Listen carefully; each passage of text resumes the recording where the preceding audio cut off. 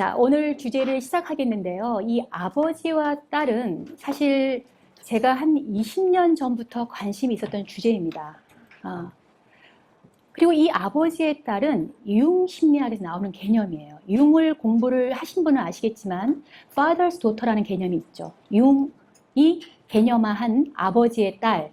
프로이트는 father complex라고 그러죠. 근데 프로이트에서 얘기하는 father complex하고는 조금 다른 개념입니다. 그래서 융 심리학에 근거해서 아버지와 딸을 풀어서 쓴 책인데 제가 이 책을 쓰게 된 거는 뭐 여러분들 이 책을 읽어보시면 알겠지만 앞에 제 아버지와의 일이 에피소드로 나옵니다. 네. 그래서 어찌 보면 저희 아버지에 대한 제 반복 강박일 수 있겠는데 앞에 1장에 반복 강박을 언급해놨어요. 강박적으로 자꾸 어떤 행동을 반복하는 거. 예를 들어 알코올 중독인 아버지 밑에서 자란 아들과 딸이 술을 안 마시겠다고 맹세했지만 자꾸 자기도 모르게 술을 마시게 된다던가. 또는 알코올 중독인 남자를 만난다거나 남편을 만난다거나 이것도 일종의 반복 강박인데 제가 아버지 딸을 개념을 알게 된 거는 예전에 한 20년 전에 임상심리 전문가가 되기 위한 레전트 수련 과정 중에 2년 차였어요. 30대 초반이었는데 그 당시에 제 분석가였던 융 분석이었던 정신과 의사로부터 한 1년 정도 교육 분석을 받았습니다. 아시다시피 상담가나 임상가가 되려면 교육 분석이라는 걸 받아서 자기 문제를 들여다보게 되는데 그때까지만 해도 저는 아버지의 영향을 별로 안 받았다고 생각했습니다. 그래서 아버지의 딸이라는 개념이 있는 줄도 몰랐고 내가 아버지의 특별한 영향을 받은 딸이라는 것을 그 분석을 받으면서 알게 됐고 그리고 그것이 내 삶의 많은 부분에서 뭐 남편을 선택한 것도 그렇고 제가 이 심리학을 선택하게 된 것도 그렇고 상당히 많은 부분 영향을 미쳤다는 걸 알았고 그리고 나서 아버지의 딸이라는 개념에 입각해서 환자들을 만나고 또 우리 학생들을 만나다 보니까 의외로 엄마 영향을 받은 딸들, 아들들은 많아요. 엄마 영향은 많이 얘기하지만 아버지 얘기를 잘 안 하는 걸 알게 됐어요. 그런데 가만히 들여다보면 그 중심에 아버지가 있다는 거를 알게 해준 내담자들, 학생들, 그리고 환자들이 많았었습니다. 그래서 여기 나온 사례들은 제 개인의 이야기와 또 제가 만났던 환자들, 내담자들, 또 우리 학생들 레포트를 한 2년, 3년 정도 받아봤었죠. 그래서 그걸 읽어보면서 아버지 개념이 굉장히 중요하구나. 그리고 요즘에 이제 father effect라고 해서 아버지 효과란 말이 있어요. 그래서 요즘 아버지 역할을 굉장히 강조하는 분위기죠. 그래서 시기적절하게 이제 이번에 이제 책을 이제 엮어서 내봤는데요. 그래서 오늘 이 책에 나온 내용을 중심으로 강의를 하도록 하겠습니다. 자,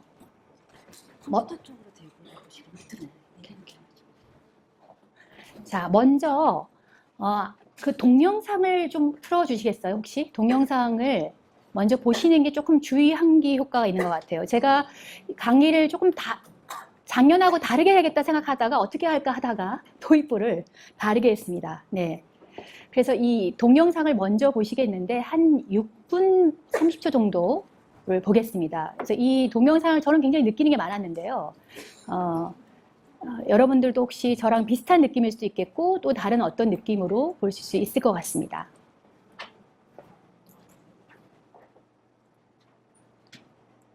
자, 이 동영상이 돌아가는 걸 보기 전에 나에게 아버지는 어떤 아버지였나 그런 것도 한번 생각을 해보시고 내가 오늘 이 강의를 통해서 내 아버지와의 어떤 긍정적인 영향을 받았는지 부정적인 영향을 받았는지 긍정적인 영향을 받으신 분도 있을 테고 또 부정적인 영향을 받으신 분도 있을 것 같아요. 자, 키워주세요. 소리.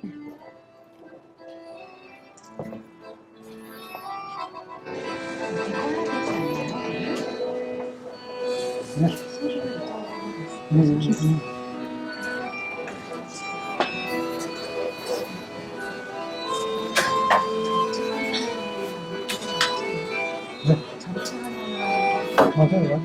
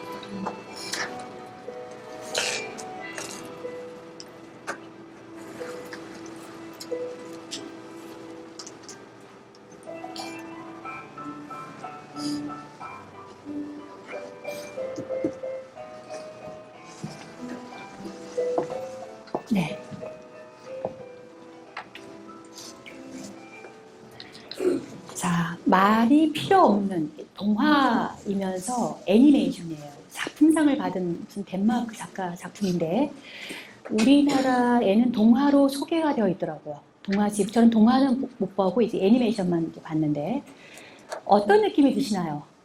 감정을 하나 든다면 어떤 게 있을까요? 이걸 보고 느낀 거. 어? 그리움 또 네? 아련함 또 기다림 후회? 뭘 후회할까요? 잘못 어린 시절에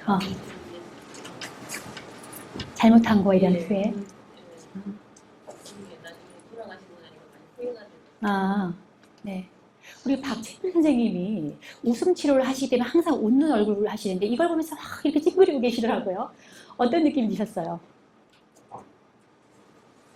설레이면서도 어떤 애틋함. 지금 아버지 역할이시잖아요. 따님 있으신가요? 어떤 느낌이에요? 딸한테 나는 어떤 아버지 뭐 이런. 다정다감하면서도 좀 엄격하고. 네. 제목처럼 먼 느낌? 맞아요. 그래서 제목이 가깝고도 먼 사이예요. 굉장히 가깝죠. 어렸을 때는 특히. 그죠? 요즘에 아빠를 부탁해요라는 프로그램 있죠. 그걸 보니까 어렸을 때는 굉장히 아빠 따르던 아이들이 10대, 20대를 거치면서 이렇게 멀어지더라고요. 특히 엄마하고는 좀 더 가까워지는데 아빠랑은 멀게 느껴지는 것 같아요. 이게 또 성이 다르기도 하고 또 그 아빠의 어떤 특성이 또 작용하기도 하겠죠. 그래서 아버지에 대해서 떠오른 느낌, 이렇게 말로 하는 것보다 조금 전에 그 애니메이션은 확 느낌이 온단 말이죠. 아버지를 그리워하면서 아버지 부재에 대해서 늘 아버지를 생각하고 찾는 어떤 여성의 삶. 늙어서 할머니가 될 때까지 그 아버지를 그리워하고 찾는. 그래서 아버지 부재가 어찌 보면 이 여성에게는 빈 공간을 남겼겠죠, 마음속에. 그래서 그걸 다른 걸로 채우려고 하기도 하고, 아이를 낳고 키우고 삶을 살면서도 여전히 아버지는 그리운 대상. 이런 거를 잘 드러내고 있는 그런 애니메이션이었어요. 자, 각자 있을 거예요. 아버지와 나는 어떤 관계인지, 그리고 나의 아버지는 어떤 사람인지. 나의 아버지는 하면 어떤 문장을 넣을 수 있을까요? 누가 이야기해 보시겠어요? 내 아버지는? 나를 사랑해 주시는 분, 또? 네? 자상하신 분? 한량이셨다. 굉장히 많아요.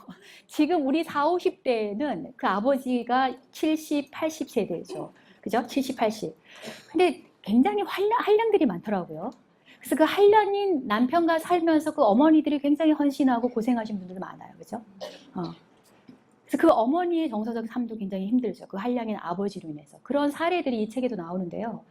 그 한량인 아버지 또는 어떤 경우는 굉장히 또 억척 같은 아버지도 있고 가부장적이면서도 또 자식에 대한 책임감이 강한 아버지도 있고 너무 무책임해서 자녀를 또는 부인을 버린 아버지도 있고 아마 다양한 아버지들이 있을 것 같아요.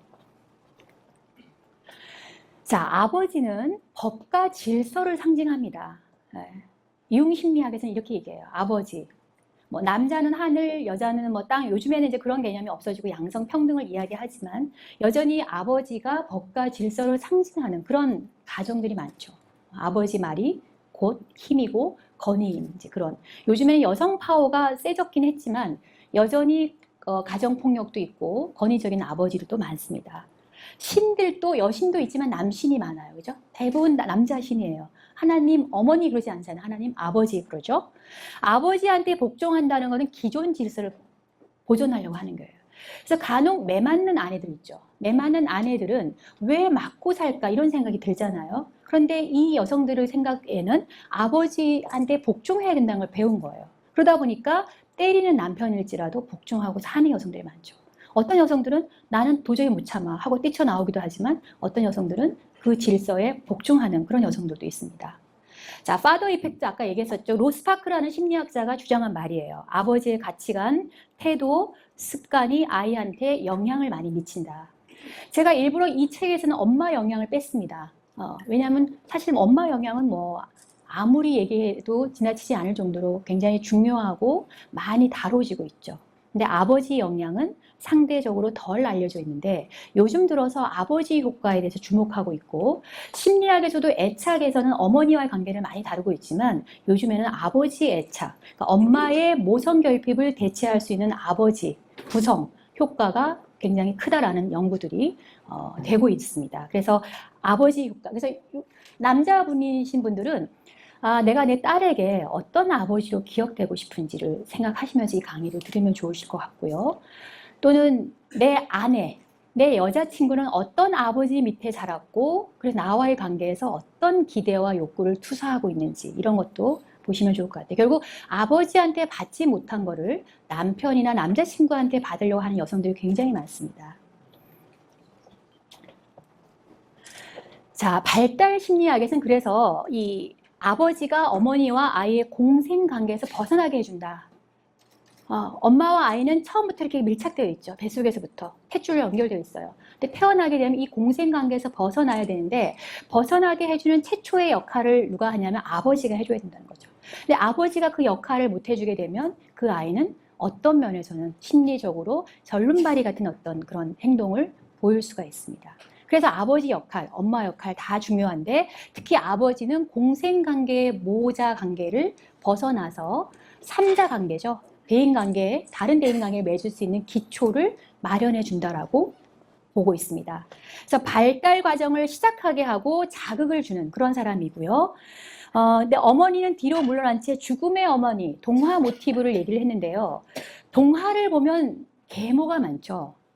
이상하게 계모가 많아요. 그게 왜 그럴까에 대해서 분석 심리학자들이죠. 분석 심리학자들은 이제 융 심리학자들인데 제가 책에서 이제 분석 심리를 많이 언급을 했습니다. 정신 분석은 프로이트라고 이제 알려진 분이 만든 거라 볼 수 있고 분석 심리는 융 계열이에요. 그래서 분석 심리학의 영향을 받아서 이 책을 이제 쓰게 됐는데 이 분석 심리학자들은 동화책에 나와 있는 계모라는 것은 사실 죽음의 어머니라는 거죠. 그 얘기는 뭐냐면 엄마가 정말로 죽어야 된다는 것이 아니라 상징적으로 어머니 역할은 죽고 그런 다음에 이 아이가 점차로 독립성과 자율성을 가진 한 개체로 자라나야 된다는 걸 의미하기 때문에 일부러 계모라고 했다는 거죠. 그리고 또 한편으로는 계모라는 거는 나쁜 엄마, 배드 오브젝트죠. 나쁜 엄마의 표상이에요. 아이들이 자라면서 나쁜 엄마 표상을 극복하고 결국 자기 엄마나 아버지에 대해서 좋은, 나쁜을 통합해서 그럼 괜찮은 부모였다라고 긍정적인 표상을 갖게 되면 그 사람은 건강하게 성장할 수가 있습니다. 근데 어떤 연유로 인해서 아버지나 엄마가 배드한 역할, 그러니까 안 좋은 역할을 계속하게 되면 좋은 이미지를 통합할 수가 없겠죠. 그래서 안 좋은 대상 이미지를 갖게 되다 보니까 자꾸 사람들 관계에서도 예민해지고 또 적대감을 가지게 되고 피해의식을 가질 수도 있어요. 그래서 엄마, 아버지 모두 이 아이가 태어나서 기초 신뢰감을 가질 수 있는 든든한 토대가 되어줘야 된다는 걸 이제 의미합니다. 자, 우리 모두는 아버지의 딸이다 그랬어요. 나는 아버지의 딸이 아니다라고 생각하는 분은 없을 거예요. 근데 어떤 분들은 아버지의 딸인 거를 부인하기도 해요. 나는 아버지의 딸인 게 너무 싫다. 이렇게 얘기하기도 하는데요. 박시현 선생님께 좀 넘겨주실래요? 안 되네요. 네, 그래서 아버지가 여러 유형이 있는데 충분히 좋은 아버지는 말할 것도 없이 너무 좋은 아버지예요. 너무 좋은 아버지이기 때문에 good enough mother란 말이 있죠. good enough father예요. 충분히 좋은 아버지 역할을 하게 되면 더할 나위 없이 좋은데 우리가 상담이나 임상에서 만나게 되는 많은 내담자와 환자들은 이 good enough father를 또는 mother를 경험하지 못한 사람들이 대부분입니다. 그 다음에 부재한 아버지. 좀 전에 보여드렸던 애니메이션은 부재한 아버지였죠. 어느 날 아버지가 배를 타고 떠났는데 안 돌아왔어요. 이렇게 부재한 아버지. 근데 실제로 옆에 있음에도 불구하고 정서적으로는 부재한 아버지와 마찬가지인 아버지들이 꽤 있어요. 같이 살고 있지만 아까 애니메이션은 아버지가 없었죠. 물리적으로. 근데 물리적으로는 같이 있음에도 불구하고 정서적으로는 옆에 있는 것 같이 하는 아버지들이 있죠. 이렇게 absent father를 둔 딸들은 정서적인 거리감 또는 죽음을 통해서 딸을 버린 아버지를 두고 있고 그럼 평생 사랑을 갈망해요. 아까 그 애니메이션에서도 아들, 딸을 낳고 살면서도 계속 아버지를 그리워하는 거, 사랑을 갈구한다는 거죠. 그리고 아버지가 자신을 버린 것에 대해서 자기 탓으로 생각하는 경향이 있어요. 이혼하는 것도 마찬가지예요. 부모가 이혼한 경우에도 엄마나 아버지랑 같이 못 살게 되면 나 때문에 엄마 아빠가 이혼한 게 아닐까. 그래서 그런 사람들 중에는 여자든 남자든 간에 자꾸 애를 너무 쓰게 돼요. 그 애를 쓰게 되는 이유는 나 때문에 내 탓으로 엄마 아빠가 헤어졌고 아버지를 볼 수 없고 엄마를 볼 수 없기 때문에 충분히 좋아지려고 굿 이너프 너무 애를 쓰는 거예요. 대인관계에서 너무 애를 쓰다 보면은 나중에 에너지가 소진되는 이제 그런 일이 발생할 수도 있습니다. 원하는 대로 해주는 아버지, 요즘 이런 아버지들이 굉장히 많아요. 딸 바보 아빠들. 근데 딸 바보 아빠들도 딸을 망치는 지름길이 하나예요. 너무 또 오냐오냐 응석바디로 키우게 되면 딸을 지나치게 사랑해서 응석바디로 키우게 되면 자꾸 의존적으로 만든다는 거죠. 그래서 이런 딸들은 나중에 커서 남자친구를 만나면 자꾸 아버지랑 비교하게 되죠. 우리 아빠는 안 그랬는데. 어떤 학생이 제 수업을 듣고 제가 바로 그런 사람이에요. 자꾸 아빠가 기준이 돼서 남자애가 좀 잘 못해주면 우리 아빠는 안 그런데 아빠는 안 그런데 이렇게 자꾸 비교를 하는 말을 하니까 그 남자친구가 어느 날 헤어지자고 하더래요. 난 너의 아빠가 될 수 없어. 요즘 남자애들은 영리해요. 그죠?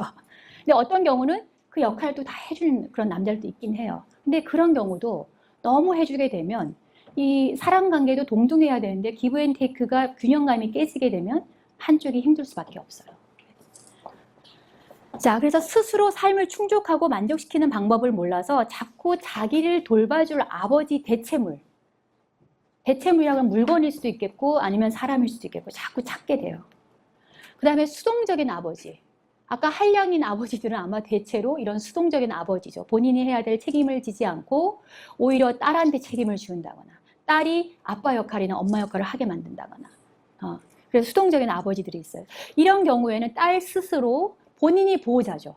본인이 자기 삶을 책임져야 되니까 어렸을 때부터 충분히 자기가 해야 될 어떤 그런 욕구라든가 이게 충족이 안 된 상태로 자꾸 너무 또 고군분투하면서 어느 누구도 의지할 수 없는 상태가 되죠. 그래서 자꾸 결핍을 보상하려고 과잉 보상하기 때문에 오버두잉 한다는 거죠.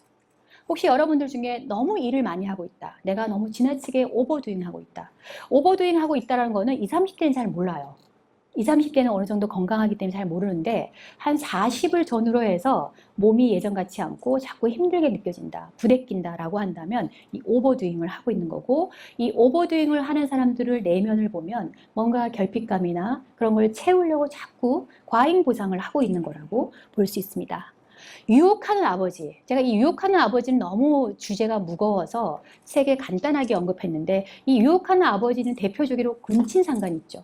이제 근친상간은 너무 주제가 무거워서 이제 빼버렸는데요. 이제 간혹 상담이나 임상에서 이제 그런 근친상간 케이스들도 보게 되는데 제가 강조한 건 정서적인 근친상간이에요. 그러니까 물리적으로 신체적으로 근친상간이 없어도 이렇게 너무 밀착되어 있는 경우 있죠. 정서적인 근친상간과 마찬가지다.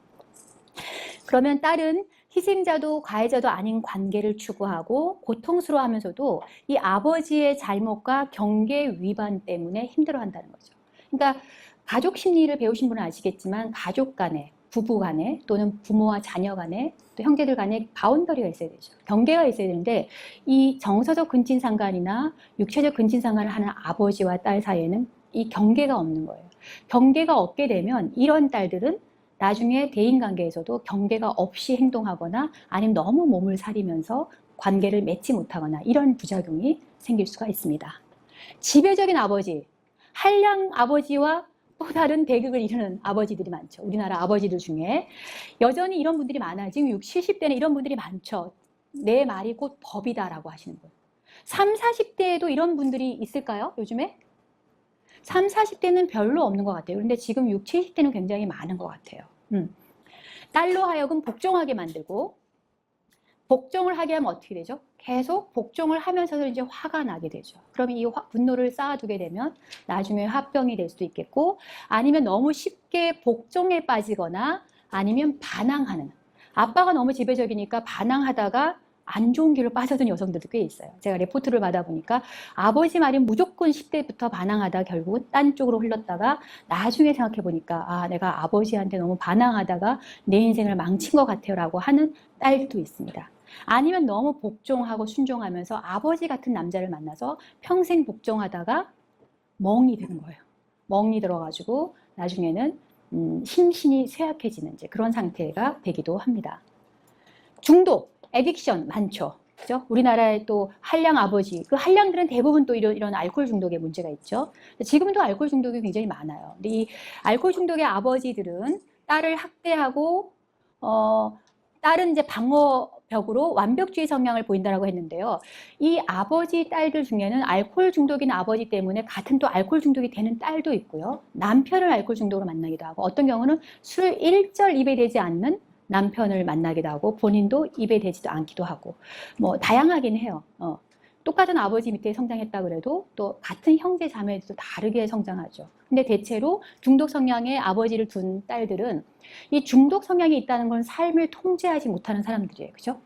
왜냐하면 삶을 통제한다 그러면 아침에 출근하고 퇴근하고 그다음에 뭔가 자기가 해야 될 책임감 있는 역할을 해야 되는데, 이 중독 성향의 아버지들은 그런 역할이나 규칙적인 삶을 살지 못하게 되죠. 그럼 그 자녀들은 규칙적인 삶을 못 배우게 되다 보니까 본인도 삶의 어떤 통제력이라든가 규칙성을 위반하는 경우도 많고, 아니면 과도하게 그거를 보상하기 위해서 아주 시간관념이 철두철미해진다거나 강박적이 된다거나 이제 그럴 수도 있습니다.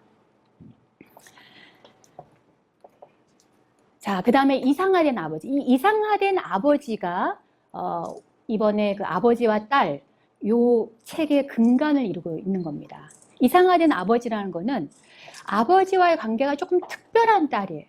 그러니까 앞에 나온 그런 아버지들은 그냥 일종의 종류이고, 이 이상화된 아버지 딸들은 아버지 역할에서부터 아주 특별한 영향을 받은, 아버지가 애지중지한 딸일 수도 있겠고요. 아니면 아버지가 지나치게 미워한 딸일 수 있습니다. 제가 우리 학생들 레포트를 작년까지 한 2년 정도 받아보니까 애지중지한 딸도 있지만 어떤 경우는 아버지가 계속 비난하는 거예요, 이 딸한테. 그래서 머리에 든 게 없고 헛똑똑이고 너는 하나도 잘하는 게 없다, 뭐 이런 식으로 계속 비난을 하는 거죠. 이제 그런 경우에도 아버지의 특별한 영향을 받은 딸이에요. 그래서 이 특별한 영향을 받은 딸은 지나치게 아버지가 애지중지한 딸일 수도 있겠고, 아버지 영향을 많이 준 딸일 수도 있겠고, 아니면 아버지로부터 너무 많은 비난을 듣거나 해서 부정적인 영향을 받은 그런 딸일 수 있습니다. 그런데 이상화된 이미지라는 건요, 특별히 이제 아버지가 좋아하는 딸일 수도 있겠고, 아니면 아버지가 일찍 부재해서 그 아버지에 대해서 이상화된 이미지를 가진 경우가 있어요. 대체로 제가 상담자분에서 만나보면 아버지가 살아있는 경우보다 돌아가신 경우에 그 아버지를 이상화시키는 경향이 있어요. 그래서 이혼을 해서 엄마랑 살고 있는 경우에는 아버지를 이상화시키는 경우가 많고, 또 그 반대인 경우도 있어요. 그래서 부재한 아버지에 대해서 딸들이 좀 이상화시키는 경향이 있고, 어머니를 더 나쁘게 본다거나 이제 그렇게 어떤 표상을 가지기도 합니다. 근데 아버지 사랑을 너무 많이 받은 대가로, 그리고 아버지와 밀접하게 동일시되다 보니까 개인으로서의 정체성을 못 가게 되는 거죠. 아버지와 너무 밀착되어 있다 보니까, 아버지를 너무 이상화시키다 보니까 아버지가 상징하는 법과 질서 또는 어떤 일, 이런 데 너무 빠져 지내는 여성들이 있어요. 그래서 간혹 보면 너무 열심히 일하면서, 그리고 뭐 사회적으로 성공했는데 들어가 보면 너무 콜드한 분들이 있죠. 너무 내면이 여성성을 갖추지 않은 사람들. 그러니까 여성은 뭔가 열등하다라고 생각하고 개발시키지 않고 남성적인 특성, 아버지 특성들을 너무 많이 개발한 여성들이 많아요. 특히 현대 여성들이 그런 여성들이 많죠. 네. 뭐 정치인 중에도 딱 떠올리는 인물들이 있습니다. 그런데 혹시 네, 요즘에 언론이 무서워서 말을 못하지만 있습니다. 정치인들 중에서도 이런 아버지 영향을 받은 특별한 딸들이 있죠. 누군지 아시겠죠? 자, 그 다음에 유령 아버지예요. 고스트 파더. 이 아버지의 부재, 아버지가 아까 그 영상에 보면은 뭔가 딸을 한테 이렇게 껴안아주면서 떠나죠. 그럴 때 아빠가 돌아올게라고 하고 갈 거예요, 보통은. 또는 이혼하고 가면서 아빠가 너 만나러 올 거야. 근데 안 와요. 1년이 지나고 2년이 지나도. 그런 아빠들이 많죠. 그래서 이렇게 고스트 파더를 가지고 있는 그런 이미지로 가지고 있는 딸들은 아버지가 돌아온다는 약속을 철석같이 믿고, 그 애니메이션 그 주인공처럼 계속 믿고 있는 거예요. 그래서 할머니가 돼도 계속 아버지를 그리워한다는 거죠. 고스트 파더를 품고 있는 거예요. 그래서 여러분들도 이 강의를 들으시면서 인생의 어느 시점에서 아버지가 부재한 경우에 내가 지금 품고 있는 것이 고스트 파더일 가능성이 많아요. 그 고스트 파더 이미지 때문에 어쩌면 남성과의 관계라든가 이런 게 좀 어려울 수도 있습니다. 아버지 부재에서 오는 버림받은 느낌을 숨기고 아버지를 이해하는 척하고, 또는 아버지가 돌아올 곳이라는 공상을 하는데 늘 이게 착각이 되는 거예요. 그래서 이런 딸들은 아버지 대체물을 통해서 공상을 성취하려고 하거나 아니면 남자를 믿지 못하기도 하고요. 또는 동성애에 빠지기도 합니다. 네, 아버지 약속을 이제 맨 처음에는 믿었겠죠. 근데 자꾸 어기니까 믿지 못하게 되고 남성을 불신하게 되고 그래서 어찌 보면 이성적인 관계를 맺기보다는 이제 동성과의 관계를 더 편하게 생각할 수도 있다고 합니다. 이 영상은 아까 보셨고요. 그래서 아버지의 그림자를 우리가 많이 품고 삽니다. 그림자 하면 융에서 나온 개념이죠. 내 안에 그림자가 있어요. 그래서 이 그림자가 길게 드리워져 있는 사람은 밤과 낮이 다를 수도 있습니다. 간혹. 네, 그래서 이 아버지를 위해서 어떤 그림자를 드리운 채 살고 있는지를 좀 보겠습니다. 자, 그래서 이 아버지의 딸들, 아버지를 특별히 이상화시키고 아버지의 영향을 많이 받은 딸들은 무의식의 보상에 의해서 부성상의 부름을 받았다. 이렇게 융은 표현합니다. 부성상의 부름을 받아서 자꾸 아버지처럼 되려고 해요. 그래서 본능을 억압해요. 본능이라는 건 여성적인 본능이죠. 여성적인 본능을 많이 억압하고 자꾸 남성적인 힘을 끌어내는 거예요. 너무 애쓰는 엄마들. 그러니까 우리 어머니들 중에 이런 엄마들 굉장히 많습니다. 너무 애를 쓰면서 남성적인 힘을 끌어내서 뭐 6남 1녀 7남 뭐 이렇게 아이들을 키워낸 억척스러운 엄마들 보면 이제 이런 여성들이죠. 실제 아버지 관계와 무관하게 특별한 관계로 아버지를 기억하는 경우가 많고요. 자, 그래서 아버지 컴플렉스를 가지고 있는 그런 사람들을 보면 이제 긍정적인 것도 있고 부정적인 것도 있는데요. 긍정적인 측면은 아버지 영향을 받아서 예를 들어서 대처가 영국의 수장이었죠. 그 자서전을 보니까 아버지의 영향을 받은 대표적인 딸이에요. 그 아버지가 이 대처가 정치인이 될 수 있도록 어렸을 때부터 굉장히 어떤 힘도 부여해주고 또 훈련도 시키고 그랬더라고요. 그래서 그 아버지 영향으로 굉장히 강한 여성이 됐죠. 아마 그거는 굉장히 긍정적인 측면이 있는데 또 그 이면에는 부정적인 면도 있을 수가 있겠는데요. 부정적인 면은 이 영적인 것, 지식에만 깨어있고 몸에 깨어있지 않은 여성들이 많습니다. 제가 임상 장면에서 만나보면 이런 여성들이 굉장히 많아요. 너무 일에 몰두하고 지적인 것만을 추구하다 보니까 몸에 대해서는 굉장히 소홀하게 생각해요. 여성적인 몸에 대해서 별로 잘 케어하지 않아요. 그래서 40이 되고 50이 됐는데도 자기 몸에 대해서 깨어있지 않은 여성. 아이를 낳았어도 마찬가지. 아이를 낳았어도 섹슈얼러티라고 그러죠. 성이 깨어나지 않은 여성들, 몸이 깨어나지 않은 여성들이 많습니다. 아니면 그 반대의 여성도 있고요. 자, 그래서 남성과 여성이라고 우리가 구분을 하는데 이 융은 자기 안의 여성과 만난 남성, 자기 안의 남성과 만난 여성 이렇게 구분을 해야 된다고 얘기를 해요. 남성 안에 여성성이 있을 수 있겠고 여성 안에 남성이 있을 수 있기 때문에 단순히 남성, 여성 이렇게 구분하지 말고 자기 안에 여성을 통합한 남자, 자기 안에 남성을 통합한 여성 이렇게 구분을 해야 된다라고 얘기를 하는데 이 아버지의 딸들은 아니무스라 그러는 남성을 너무 개발시켰어요. 그러다 보니까 여성을 통합하지 않고 여성의 몸을 하고 있음에도 불구하고 자기 몸에 깨어있지 않은 경향이 많다는 거죠. 그래서 나중에 어디가 아프게 되면 이제 몸을 좀 돌보기 시작해요. 네. 자, 그래서 부성 원리가 전반 불을 끌어가죠. 20, 30대는 건강해서 자기 몸을 그렇게 혹사하고 해도 잘 몰라요. 그런데 몸이 어디가 아프기 시작하면서 몸에 대한 관심을 좀 가지게 되고요.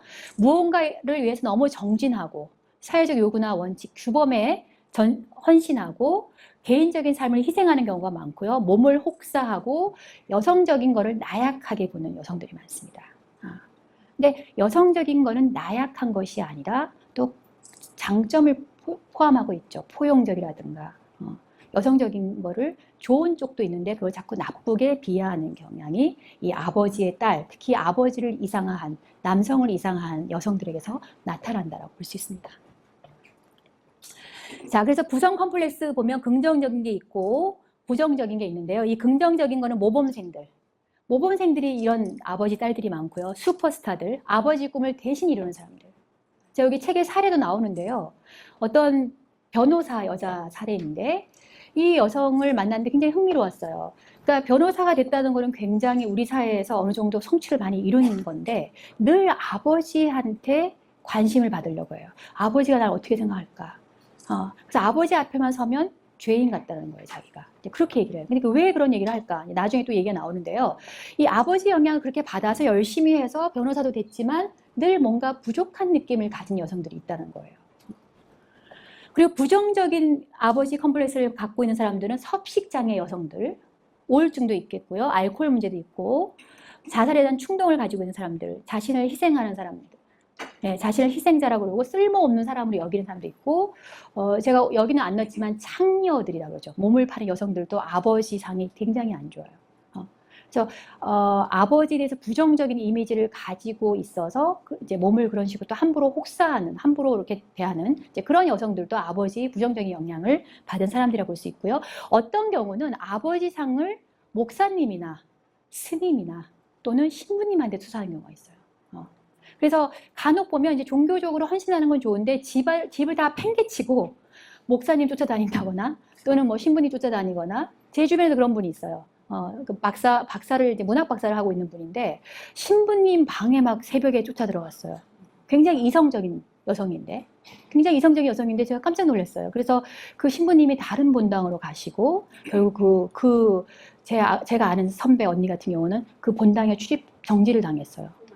근데 문학 박사이고 그런 글도 쓰고 이런 분인데 근데 그 선배 같은 경우에도 아버지 상이 굉장히 부정적이에요. 아버지가 굉장히 바람둥이에요. 그래서 바람둥이 아버지를 두고 있고 그 선배가 대학교 1학년이었을 때 아버지가 대학교 1학년 정도 되는 여자애랑 다른 아이를 낳은 거예요. 그래서 그 아이를 데리고 와서 키우고 있어요, 이 집에서. 그러니까 아버지가 얼마나 아버지에 대해서 거의 이 언니는 이제 만나면 대화도 안 하고 동물적이라 생각하고 관계를 맺지를 않았어요.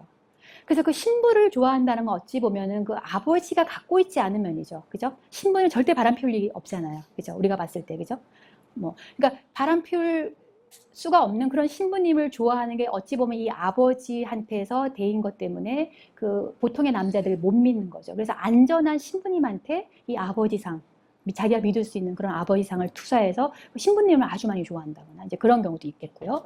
또는 스님한테도 어떤 연정을 품는다거나 쫓아다닌다거나 이런 경우에도 종교적인 목적으로 적당히 헌신하는 건 괜찮은데 너무 과도하게 쫓아다니는 그런 분들을 보면 대개는 이 아버지상을 이런 종교 지도자에게 투사를 했죠. 왜냐하면 종교 지도자는 부성상을 상징하죠.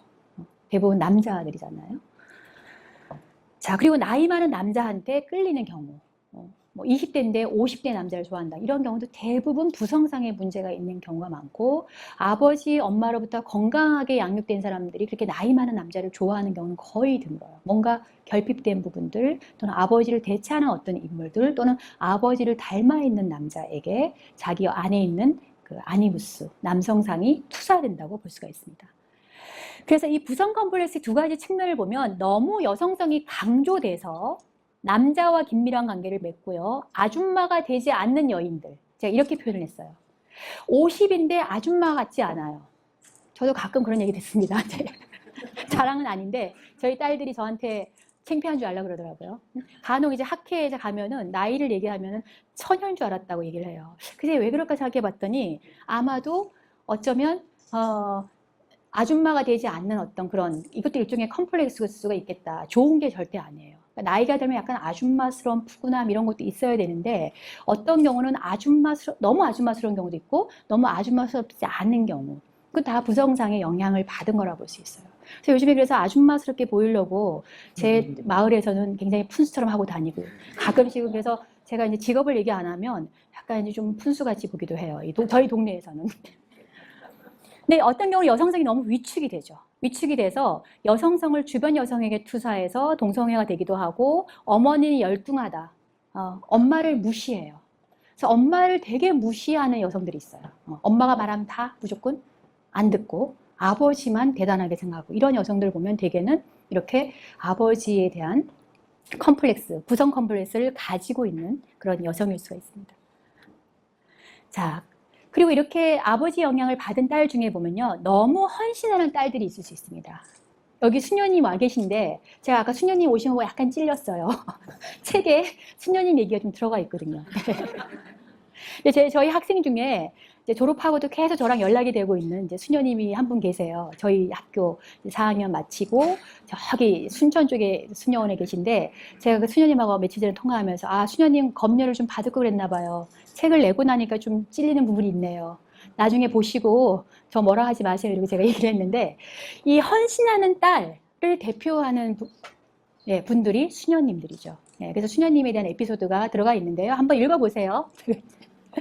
네, 삶이 의무와 책임으로 이어지고 있다. 근데 이제 물론 수녀님들 중에 상당수의 수녀님들은 종교적인 어떤 그런 거에 의해서 성소라 그러죠. 그래서 그런 어떤 소임을 받고 부르심을 받고 가신 분들인데 이제 간혹 제가 만난 어떤 수녀님 같은 경우는 수녀원을 나온 분이에요. 그러니까 수녀님이라 할 수는 없는 거죠. 실패하고 나오신 분인데 저는 아무래도 뭐 긍정적인 그런 어떤 영향을 받은 사람들보다는 상담이나 임상 장면에서 부정적인 영향을 받은 사람들 보다 보니까 대다수의 수녀님들은 헌신하는 삶을 살면서 정진하면서 어떤 종교적으로 잘 사시는데 간혹 목적이 그게 아닌 경우가 있어요. 아버지를 피해서 도망가거나 또는 사랑하는 남자가 신부가 되니까 따라서 수녀원에 갔거나 이래서 실패하고 나온 분들이 있어요. 그래서 그런 분들은 제가 이제 상담하고 면담하면서 제가 느꼈던 걸 썼는데요. 이렇게 헌신하고 너무 삶이 의무와 책임으로 연속되어진 그런 여성들이 있어요. 꼭 수녀님뿐만이 아니라 삶을 수녀같이 사시는 분들도 있죠.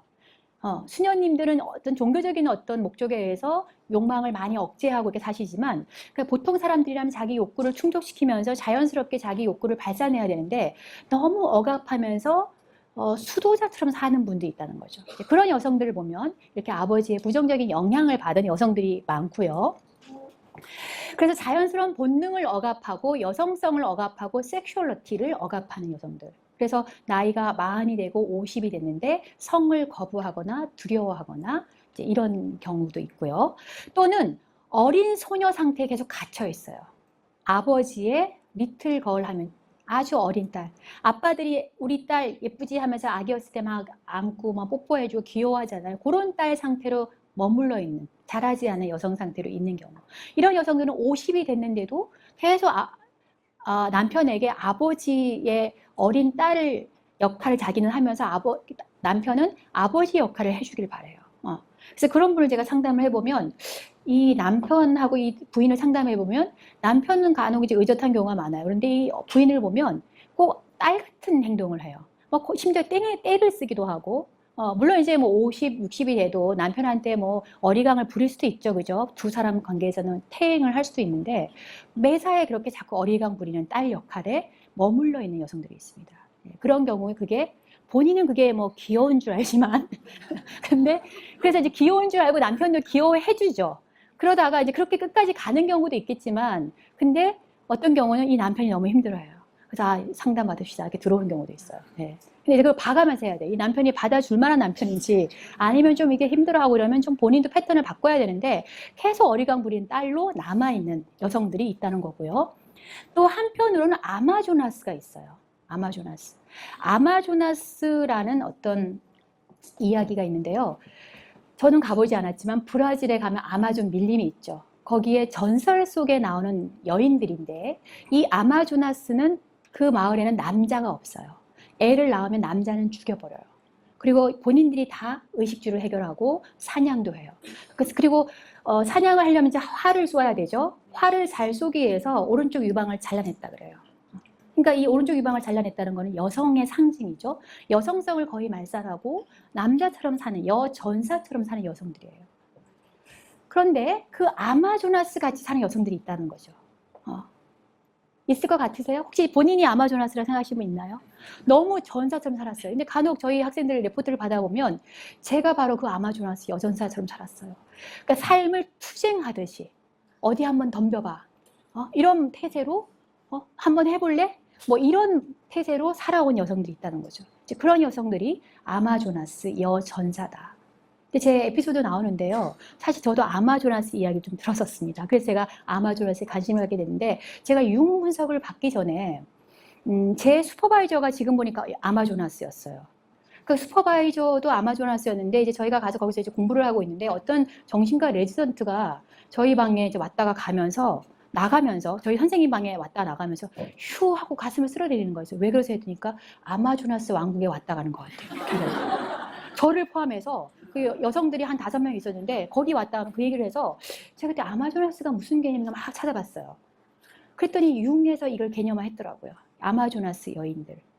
그래서 제가 이제 그 정신과 의사를 지금도 만나는데 아마조나스 같이 제가 지금 보이나요? 이렇게 물어봤더니 지금은 아닌 것 같다고 이렇게 얘기를 하는데, 그러니까 이 아마조나스 여인들이 너무나 무장하고, 그래서 저도 예전에 30대 때는요, 정신과 의사가 저한테 그런 얘기 하다. 남자 정신과 의사였는데 바늘을 찔러도 피 한 방울 안 날 것 같다고. 저 굉장히 그 얘기 듣고 섭섭했어요.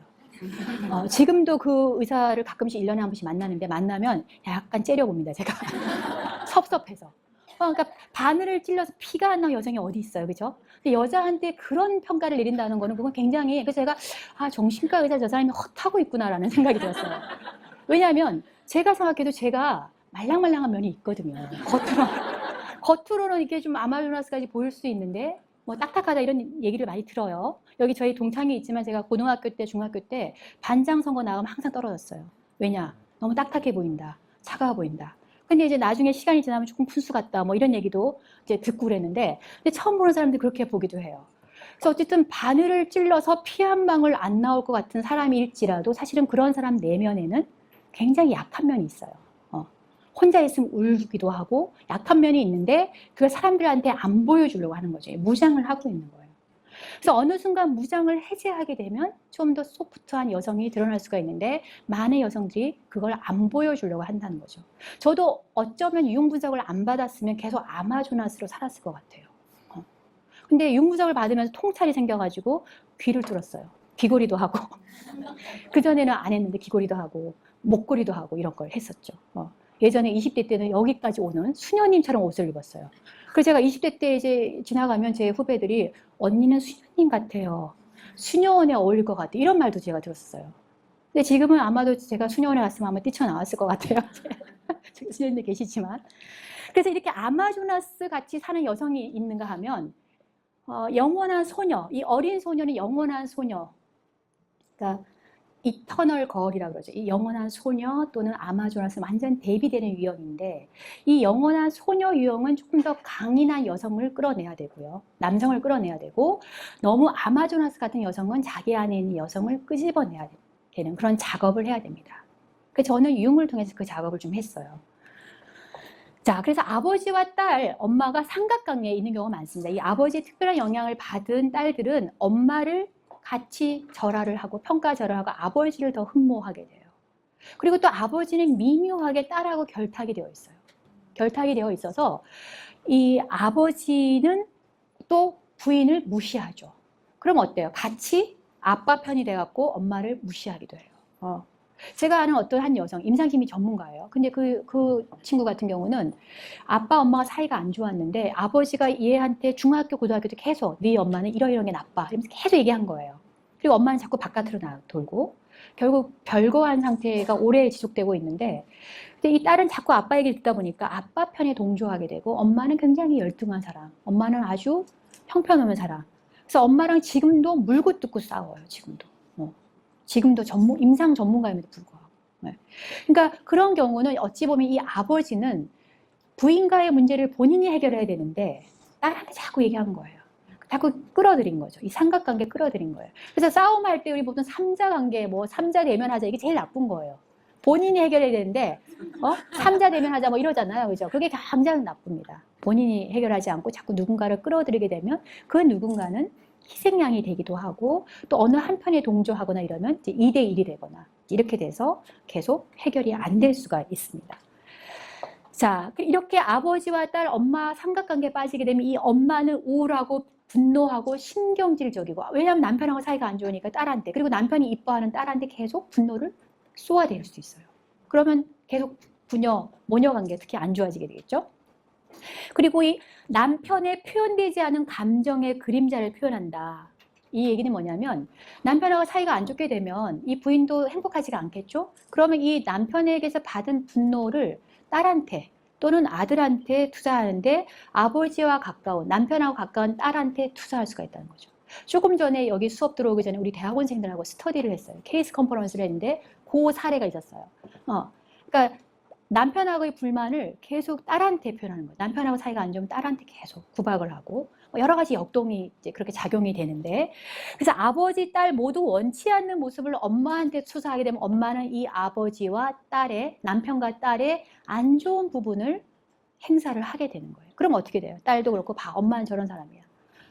당신은 이런 사람이야. 이러면서 계속 분노하겠죠. 딸과 아버지는. 그러면 또 이 엄마는 그 분노를 받아서 본인도 여기저기 몸이 아프거나 아니면 다른 자녀에게 투사를 하는지, 그런 악순환이 계속될 수가 있습니다. 그래서 우울한 엄마. 예. 그래서 이렇게 아버지, 딸들 중에는 엄마가 우울하고 또 엄마의 존재감이 없는 경우가 있습니다. 그래서 아이는 우울한 엄마 대신에 본인이 나이스한 역할을 하고 싶은 거예요. 그래서 아빠의 와이프가 되는 경우도 있어요. 아빠의 와이프. 제가 본 사례 중에 하나는 아버지 와이프 역할을 해요. 20대인데. 책에도 들어가 있어요. 그래서 20대인데도 아버지가 계속 딸한테는 어디니? 언제 들어올 거니? 이렇게 얘기를 해요. 그래서 이 아이가 상담을 하면서 제가 꼭 아빠의 부인이 된 것 같아요. 저는 싫은데 아빠가 자꾸 나한테 부인 역할을 강요해요. 그냥 친구들하고 놀고 늦게까지 안 들어가고 싶은데 아버지가 계속 사사건건 간섭하면서 집에 들어와 있으라 그러고, 그리고 엄마가 갑자기 또 사망하게 됐어요. 엄마가 사망하게 되니까 더더욱 딸한테 의존을 하면서, 그럼 아버지는 아버지 길을 가야 되는데 자꾸 딸을 끌어들이고 자기 삶에 자꾸 뭔가 주변에 두려고 하고, 딸은 해보고 싶은 게 많잖아요, 20대면. 근데 계속 옆에 묶어두려고 하는 거죠. 그럼 이런 엄마를, 죽은 엄마 또는 우울한 엄마를 대신해서 그 딸은 아버지의 정서적인 부인 역할을 해야 되는 거예요. 이모셔널하게, 정서적으로 아내 역할을 해야 될 수가 있습니다. 예, 수동적인 엄마도 마찬가지예요. 이 수동적인 엄마, 물론 엄마가 드센 경우도 있지만 또 이렇게 엄마가 엄마 역할을 못하게 되면, 그러면 이 딸은 아버지 성격을 내재화해서 통제적인 아버지처럼 엄마한테 군림하거나 엄마를 힘들게 할 수 있겠고, 또는 알코올 중독자의 딸이 되기도 합니다. 자, 여기까지만 하고 잠깐 쉴 텐데요. 알파걸이 아프다라는 제목, 이 소제목인데 이게 사실은 기사가 있었어요. 작년에 중앙일보인가 어딘가에 기사가 있었는데, 알파걸이라는 말 들어보셨나요? 네, 알파걸은 이 킨들로이라는 사람이 새로운 여자의 탄생에 대해서 미국의 중고등학교 아이들, 여자아이들, 남자아이들을 이렇게 인터뷰를 해봤더니 요즘의 여자아이들은 그 어머니 세대에 비해서 굉장히 똑똑하더라. 알파와 오메가, 알파가 첫 번째잖아요. 우리나라도 그렇죠. 요즘에 초등학교 가면 상위권 애들이 다 여자인 경우가 많고 중고등학교도 그런 경우 굉장히 많아요. 그래서 아들 둔 엄마들은 여자아이들 때문에 우리 아들 내신 성적이 안 나온다 막 이렇게 얘기할 정도로 알파걸들이 많은데, 이 알파걸들의 문제가 뭐냐면 너무 열심히 일하는 거예요. 그리고 어렸을 때부터 잘한다는 얘기를 들었죠. 공부도 잘하고 웬만한 남자애들 이상이고, 또 성인이 돼서는 웬만한 남자 서너 명의 몫을 한다는 얘기를 듣다 보니까 직장에서도 너무 열심히 해요. 그래서 그 기사를 봤더니 어떤 의사 사례가 있었는데 아침부터 밤늦게까지 진료하고 강의하고 이러면서 자기 몸이 병이 걸렸는데도 의사임에도 불구하고 계속 무리를 하는 경우도 있었고, 또 어떤 아버지의 딸은 너무 열심히 하는 알파걸인데 직장에서도 밤새워서 막 일을 하는 거예요. 그래서 남자들보다 승진도 많이 하고 뭐 이런데도 자기 몸이 아픔에도 불구하고 그런 거 무시하고 병원에 갈 시간조차 없다고 하면서 너무 몰아붙이는 자신을. 그래서 알파걸들이 시름시름 앓고 있는 경우가 많다라는 기사가 굉장히 제가 인상적이었어요. 그래서 책에도 집어넣었는데, 그러니까 너무 정진하면서 열심히 웬만한 남자 서너 명의 몫을 한다는 소리 들으면서 살아온 딸들은 너무 정진하다 보니까 자꾸 시름시름 앓는 경우가 많아서, 요즘에 뇌과학자들은 이 디폴트 모드 네트워크를 말합니다. 디폴트 모드 네트워크라는 거는 휴지기 상태예요. 우리가 뇌라는 것이 너무 열심히 일하기보다는 쉬고 있을 때 오히려 활성화된다는, 이제 그게 신경과학자들이 발견을 했는데요. 말하자면 이런 거죠. 아르키메데스가 모욕을 하다가 부력의 법칙을 발견했죠. 뉴턴이 만유인력 법칙을, 사과를 떨어진 걸 보고서 발견했어요. 이제 그런 것들이 휴지기 상태였다는 거죠. 사과나무 밑에서 공부를 했을 리는 없고 실험을 했을 리는 없고 그냥 가만히 앉아 쉬고 있고, 목욕탕에서 이렇게 쉬고 있다가 하고 떠오른 거예요. 아하. 그래서 이 디폴트 네트워크를 좀 저는 요즘에 주목하고 있습니다. 그래서 저도 이 알파걸이 아프다에 조금 해당되는 사례인데요. 제 자신도 이 책을 끝으로 당분간 책을 안 쓰려고 합니다. 이 디폴트 네트워크에 오랫동안 들어가려고 해요. 그래서 휴식의 상태에서 그냥 좀 쉬어야겠다는 생각을 하고 있는데, 이 디폴트 모드 네트워크라는 거는 아무것도 안 하고 있는 건 아니에요. 그러니까 좀 쉬다 보면 창조성이 또 샘처럼 솟을 수 있는데, 이 알파걸들은 쉬지 않고 너무 자신의 몸을 혹사하고 몰아세우다 보면 창조성이라든가 에너지가 다 고갈된다는 거죠.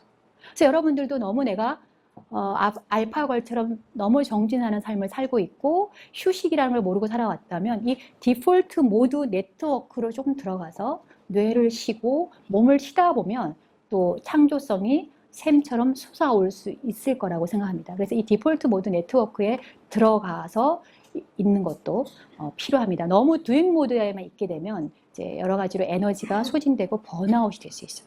그런 의미에 잠깐 쉬었다 하죠. 네. 자, 착한 딸 컴플렉스. 최근에 제가 즐겨봤던 드라마 착하지 않은 여자들 보신 분이 있으신가요? 재미있더라고요. 그죠? 예전에 보면 되게 착한 딸 컴플렉스를 가진 사람들이 많은데, 요즘 드라마들 보면 어찌 보면 이 여성의 어떤 힘이라든가 내재되어 있는 힘을 강조하는, 그러니까 착하지 않은 여성들이 정신적으로 건강해요. 상담이나 임상담회를 보시면요, 착한 사람들이 많이 들어오죠. 그죠? 착하지 않은 사람들은 어디가 있냐면 남자나 여자나 경찰서나 또는 감옥이나 이런 데 많이 가 있고, 우리 임상이나 상담 장면에 들어오는 사람들은 착한 사람들이 많아요. 착해서 자기 표현을 너무 안 해서 골병이 든 사람들 많죠. 화병에 걸린 사람들 보면 대개는 착한 딸로 살아온 여자들, 며느리들이 많아요. 그래서 저는 착하지 않은 여자들 보면서 굉장히 통쾌하고 재밌었어요. 거기 여자들 보면 되게 착하지 않잖아요. 그죠? 오히려 카타르시스를 느끼게 하는 그런 부분이 있죠. 근데 착한 여자들은 죄책감이 많아요. 엄마한테 이렇게 하면 안 되는데, 아빠한테 이렇게 하면 안 되는데. 근데 그 죄책감을 느낄 수도 있는 거죠. 그죠? 근데 죄책감 때문에 너무 괴로워하는 거죠. 그래서 이 착한 여자들은 그림자 인격을 방치했다 그래요. 분석 심리학으로 하면 사실은 우리 안에, 저는 요즘에 보면 성악설이 맞지 않나 싶을 정도예요. 성선설보다는. 근데 성선설을 믿고 그렇게 착하게 사는 사람들 보면 나중에 틀림없이 몸이나 어디가 골병이 듭니다. 왜냐하면 그림자 인격, 자기 안에 있는 욕구라든가 한 대 후려치고 싶은 마음, 그리고 또 누구한테 욕해주고 싶은 마음, 이런 걸 너무 억압한 거예요. 그러다 보니까 그림자 인격을 방치하다 보니까 그게 몸으로 나타나서 몸이 아프거나, 아니면 갑자기 액팅아웃이라고 그러죠. 바깥으로 막 공격적으로 표출하거나 부적절하게 표현하거나, 상황이 절대 그럴 상황이 아닌데 막 과도하게 화를 내거나, 그래서 저 사람 왜 저런 행동하지? 평상시에 안 그런데? 이런 사람들, 수동 공격적인 사람들, 이렇게 될 수도 있어요. 그림자 인격을 방치하게 되면.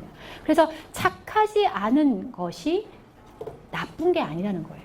오히려 착하게 사는 것이, 그렇다고 뭐 남한테 해코지를 하는 의미는 아니고, 자기 안에 있는 부정적인 감정이 올라오는 거를 그대로 인식하고 인정해 주는 게 필요하다는 겁니다. 그래서 그림자 인격 안에 있는 나쁜 여자가 튀어나오게 해야 된다는 거예요. 그래서 간혹 상담을 받다가 보면요, 엄마에 대한 억압된 거, 아빠에 대한 억압된 거를 막 표출을 이제 하라고 하니까, 자기 주장을 하라고 하니까 상담받다가 자기 엄마 아빠한테 막 화를 내는 거예요. 그래서 부모들은 얘가 상담받더니 좀 애가 이상해진 것 같다, 이렇게 얘기하는데, 사실은 나쁜 여자가 안에서 튀어나오고 있는 거고 긍정적인 사인으로 봐야 돼요. 그러면서 표출을 하고 나면 안에 있는 것들, 해묵은 감정들, 오랜 어떤 감정의 찌꺼기들이 해소가 되고 나면 조금 더 머추어해진, 성숙해질 수가 있는데, 그 과도기에서는 막 튀어나올 수 있어요. 튀어나오려고 그러면 튀어나오게 해야 돼요. 그렇다고 과도하게 액팅아웃을 해서는 안 되겠지만, 적어도 내가 내 감정이 뭔지를 인식하고 알아줘야 된다는 거예요. 자기 감정을 자기가 알아줘야 돼요. 알아주지 않고 억압하고 자꾸 인정받으려고 그러고 죄책감 때문에 자기 표현을 안 하다 보면 자기 안에서 곪게 되어 있어요. 그래서 부적절하게 표출되지 않게 하려면 건강하게 나쁜 여자가 튀어나오더라도 그 그림자 인격을 자기 안으로 통합을 해줘야 됩니다. 빛을 쬐어줘야 돼요. 안 그러면 자꾸 그림자 속에 들어가 있다가 이상하게 행동을 할 수가 있어요. 부적절하게. 자, 아버지의 딸 사랑 앞에 서다. 제가 사랑 중독이라는 이제 책을 예전에 번역한 적이 있어가지고 그 내용이 일부가 들어가 있는데, 이 아버지 딸이 성적인 발달이 좀 더디다 그랬죠, 아까. 아이를 낳았어도 성에 깨어있지 못한, 애가 3명인데 제 주변에 그런 분이 있어요. 애가 3명이에요. 근데 전혀 애엄마 같지 않은, 그러니까 멘털리 애엄마 같지 않은 분들이 있어요. 그런 분들 보면 그게 좋은 게 아니에요, 사실은. 그러니까 섹슈얼 발달이 안 된 경우일 수 있고, 보통 아버지는 딸이 2차 성징이 되어가는 것을 자연스럽게 격려해 줘야 됩니다. 우리 여기 회장님, 따님 있으시죠? 그죠? 이게 굉장히 중요한 부분이에요. 근데 요즘에 아이들, 특히 초등학생, 이제 저도 이제 늦둥이가 있어서 6학년 딸이 있는데 4학년, 5학년까지는 아빠 무릎에 앉아서 TV를 보던 아이가 6학년 되더니 나 6학년이야 이러면서 이제 아버지를 거부하기 시작해요. 그래서 남편은 굉장히 속상해하고 이제 얘를 안고 막 뽀뽀하고 뭐 이러던 낙도 없어지고 애가 자꾸 자기를 멀리하는 것 같대요. 그래서 제가 제 딸을 데리고 얘기를 해봤어요. 너 아빠한테 요즘 왜 그러니 했더니 나도 모르게 아빠랑 이제 거리가 생기고 있어 이렇게 얘기하더라고요. 그래서 그게 얘가 자연스럽게 성적 발달이 되어가고 있는 거죠. 왜냐하면 6학년쯤 되면 2차 성징이 나타나죠. 그래서 가슴도 나오기 시작하고 또 이러다 보니까 자기 몸이 이제는 어린아이 몸이 아니라는 걸 아이도 어렴풋이 인정해요. 근데 아빠가 어린아이 취급하듯이 막 3살짜리, 2살짜리 아이 대하듯이 막 껴안고 이러면 그걸 싫어한다는 거죠. 근데 제 아이 친구 아빠들 얘기 들어보니까 친구 엄마들을 통해서 그 아빠들도 그렇다는 거예요. 애가 어느 순간부터 아빠를 거부하면서 아빠한테 안기지 않는다는 거예요. 물론 중학생, 고등학생들도 아빠랑 뭐 스킨십도 하고 그렇게 하는 아이들이 있지만 대체로 자연스러운 과정은 아이들이 2차 성징이 나타나면 아빠를 좀 이성이기 때문에 조금 멀리해요. 그런데 자꾸 아빠가 나가가서 뭐 2살짜리, 3살짜리 뭐 내가 기저귀 갈아 키웠는데 이러면서 자꾸 얘기하면 되게 싫어합니다, 아이들이. 기저귀 갈아 키우던 시절은 잊어버려야 돼요, 아빠들이. 그리고 이제 얘가 이제는 2차 성징이 나타나면서 여자로 바뀌고 있구나. 그거를 긍정적으로 격려해주고 지지해줘야 되는데 자꾸 추운덕거리는 아빠들이 있어요, 자꾸. 딸을 너무 이뻐하다 보니까 저희 남편도 그래요. 제가 그래서 아침마다 이렇게 나올 때마다 오늘은 딸 그 둘째 아이 50m 접근 금지를 내리고 왔어요, 제가. 요 시기는 자연스러운 과정이기 때문에 50m 접근 금지를 하라고 이제 하고 제가 카톡도 보내면서 이렇게 왔는데요. 근데 이 아이가 자연스럽게 발달을 하려면 그걸 조금 인정해 줄 필요가 있고, 또 어떤 경우는 아버지가, 제가 봤던 사례는 애가 중학생, 고등학생인데 발가벗고 다니는 거예요, 집에서. 목욕탕에서. 그러니까 우리는 그냥 자연스럽게 다 이렇게 이제 하면서 하는 게 좋은 거다라고 하면서 엄마 아빠 다 벗고 다니는 거예요. 근데 이 여자아이가 이 아버지를 보면 너무 혐오하게 된 거예요. 그래서 자기 섹슈얼티를 억압을 하는 거죠. 억압을 하면서 마흔이 되고 신이 됐는데도 불구하고 너무 과도하게 성적인 걸 억압하고 동물적인 거라고 생각하고 남편과의 어떤 성적인 어떤 그런 부분이 잘 자연스럽게 되지 않는 이제 그런 문제를 호소하는 분이 있었어요. 그러니까 그런 식으로 너무 억압하게 하는 것도 문제지만 또 어떤 경우는 아버지가 성을 억압해서 절대 남자 만나지 못하게 한다거나 성은 안 좋은 거라는 인식을 심어주기도 하고, 어떤 경우는 자연스럽게 막 또 벗고 다니고, 이런 경우에는 너무 과도하게 억압하거나 너무 또 존중해주지 않고 자꾸 바운더리를 어기게 되게 되면은 성적인 발달에 안 좋은 영향을 줄 수 있습니다. 그래서 아버지 딸들의 성적 관심은 무의식적으로 아버지와 연결되어 있어요. 그래서 아버지를 닮은 남자를 선택하기도 하고 또는 아버지랑 닮지 않은 남자를 선택하기도 합니다. 그래서 무의식적으로 나는 영향을 안 받은 것 같지만 자세히 따져보면 남편을 선택하고 연인을 선택할 때는 아버지 영향이 분명히 있고, 섹슈얼 발달에 아버지 영향력은 굉장히 중요한 영향을 미친다고 볼 수 있어서 아버지가 안전한 역할을 해줘야 돼요. 그러니까 성에 대해서 안전하다는 인식을 줘야 되죠, 딸이. 근데 아버지로 인해서 뭔가 성이 안전하지 않다는 느낌 또는 성이 나쁘다는 인식, 그래서 억압해야 된다는 인식을 주게 되면 자연스러운 발달을 저해할 수가 있습니다. 유령 애인, 아까 유령 아버지가 있다고 했죠. 유령 애인을 두고 있는 경우 있어요. 그래서 아버지에 고착돼서 이상화된 남편을 투사하지만 실제 남편과의 관계는 좋지 않은 경우가 많고, 근데 대체로 아버지가 억압적이고 질투심이 많은 경우가 있어요. 제가 아는 어떤 남자분은 딸이 7살인데 놀이터에서 여자아이들하고 노는 걸 보면, 그러니까 여자아이를 두고 있는 아빠인데 놀이터에서 남자애랑 노는 걸 보면 그 남자한테 질투심이 생긴다는 거예요. 7살 밖에 안 되는데, 그래서 어떤 느낌이 드시냐 했더니 저 녀석이 커서 나중에 내 딸을 채갈 걸 생각하면은 너무 화가 나서 때려주고 싶다는 거예요. 너무 과도하죠. 그래서 그런 아버지를 둔 딸은 어떨까요? 근데 요즘 아버지들이 의외로 딸바보 아빠들이 그런 아버지들이 많아요. 그래서 딸에 대해서 내 딸이고 내 거다라는 생각이 있어요. 사실은 이제 중학생 정도 되면은 이제 딸을 내려놔야 되죠, 이제. 그리고 어떤 한 남자의 부인이 될 수 있고 연인이 될 수 있는 그런 딸이라는 걸 인정해야 되는데 내 딸인데 내 딸을 체감하면 어떡하지? 이런 그런 감정을 가지고 있다 보면은 이 딸은 남자를 만나는 거를 아빠 몰래 만나려고 하거나 또는 아버지한테 노출을 하지 않고 그러다 보면 뭔가 이 성에 대해서도 억압되고 숨기는 어떤 그런 태도를 보일 수 있어요. 그것도 건강하지 못한 방식이라고 볼 수 있죠. 그래서 아버지 역할이 아이의 성 발달에 중요한 의미가 있다는 거고요. 그래서 결혼식의 의미라는 것은 심리학적으로 보면 아버지와 딸이 분리되는 거예요. 우리나라는 성을 그대로 쓰죠. 그죠? 아버지 성을 그대로 쓰지만 미국 같은 데는 특별히 더 의미가 있다 그래요. 왜냐하면 아버지 성이 아닌 남편의 성을 쓰잖아요. 그게 심리학적으로는 아버지를 떠나서 다른 물론 이제 남편의 성을 쓰는 건 저도 사실 개인적으로 반대예요. 쓰려면 내 성을 써야지 왜 남편의 성을 쓸까? 저는 이제 그런 여성주의 입장을 가지고 있는데 어쨌든 이제 그게 뭐 문화권마다 다른데 그래서 아버지의 성을 버리고 남편의 성을 따르고 그리고 아버지가 신부 입장해갖고 딸을 이렇게 넘겨주잖아요. 그거는 심리적으로는 이제 너는 내 딸이 아니다. 너는 한 인격체이고 다른 남자의 아내라는 거를 공공연하게 표현하는 의식이라고 볼 수 있어요. 그래서 요즘 아빠들은 이 딸을 넘겨주고 막 많이 운다고 하더라고요. 그죠? 예전 아빠들에 비해서. 어쨌든 결혼식은 아버지와 무의식적으로 엉켜있는 신부는 낭만적인 환상을 가지기도 하고 또 보호받고 싶은 욕구, 뭔가를 제공받고 싶은 욕구 이런 것들을 신랑에게 투사하게 되죠. 그래서 아버지가 건강하게 딸을 남편한테 딱 갖다 주고 딱 뒤로 물러나 있으면 딸은 그냥 뒤를 돌아보지 않고 그 남편하고 또는 애인하고 잘 살 수가 있어요.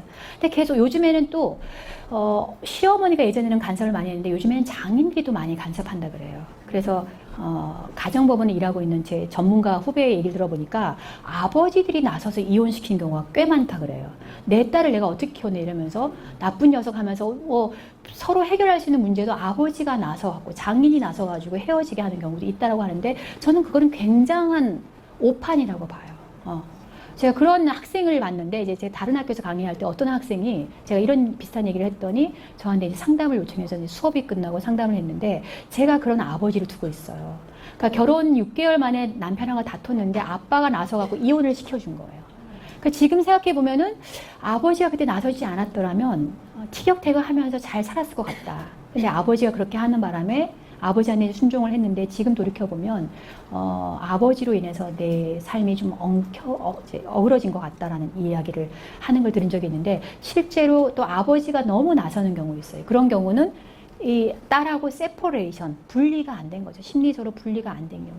그러니까 어머니와 아들, 어머니와 딸들이 밀착된 경우가 굉장히 많은데 요즘은 아버지가 이렇게 자꾸 딸이나 아들에게 너무 밀착돼서 독립, 특히 심리적 독립을 시키지 않는 경우가 많습니다. 이 당나귀 공주라는 이야기가 여기 들어가 있습니다. 당나귀 공주는 조금 안 좋은 동화예요. 그래서 우리나라에서 이 당나귀 공주 아마 혹시 읽어보신 분 있으신가요?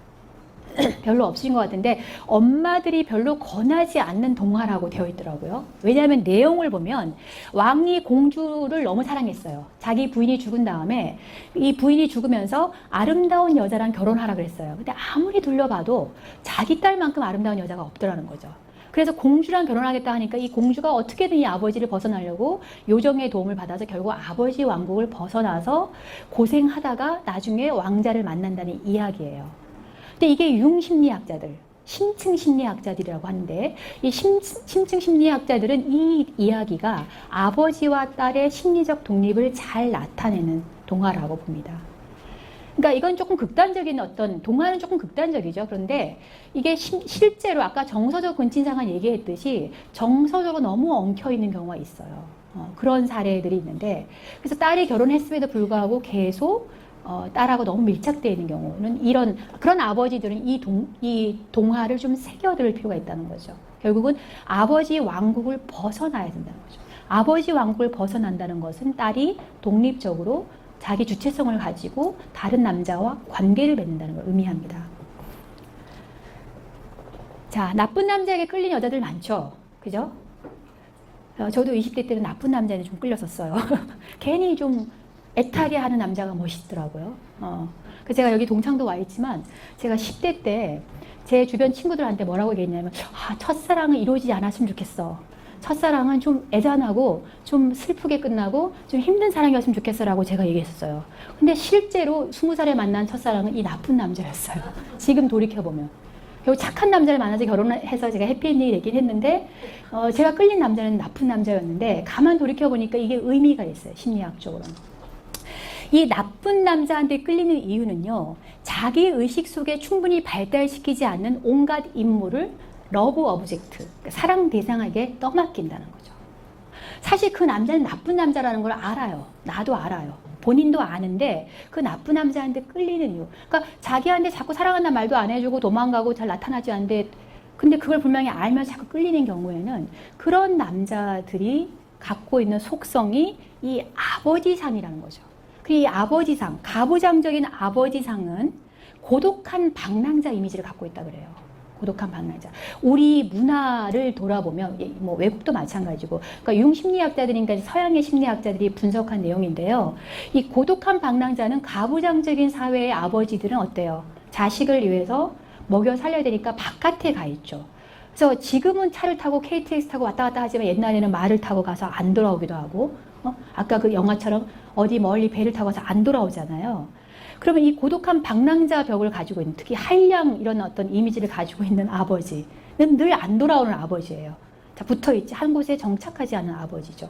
그래서 그런 고독한 방랑자 아버지 이미지를 그 남성에게 투사해서 옆에 안정적으로 있는 남자보다는 자꾸 도망갔다가 가끔씩 나타나는 남자, 자꾸 전화도 안 해주고 애타게 하는 남자, 이런 남자한테 끌린다라고 심층심리학자들은 분석하고 있는데 저는 그게 좀 일리가 있다고 봐요.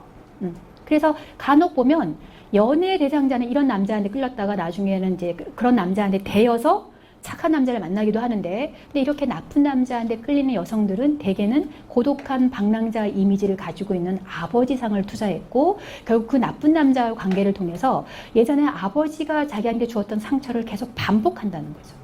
반복 강박이라고 해서 반복적으로 경험하면서 계속 나쁜 남자 이러면서 계속 기다리는 거죠. 아버지를 기다리듯이.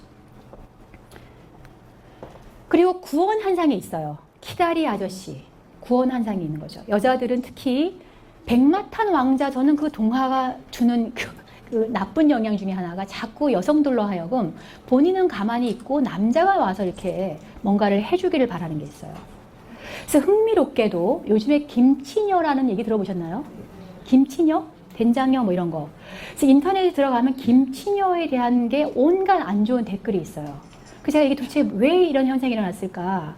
저도 관심이 있어서 어떤 기사를 읽어봤더니 최근에 이 김치녀에 대해서 분석을 한 걸 보니까 여자들이 너무 남자한테 의존하고 자기는 가만히 있으면서 남자들이 뭐 집 사와라 또는 뭘 해와라 이렇게 요구하는 여성들이 많다는 거예요. 저는 일부 여성일 거라고 보는데 이제 그런 여성들에게 한매를 느낀 남자들이 왜 자기는 집을 안 사고 나한테만 사오라 그러냐 뭐 이렇게 하고 남자한테 자꾸 바라기만 한다 뭐 그래서 이제 그런 여성들을 경험한 일부 남성들이 여자에 대해서 혐오죠.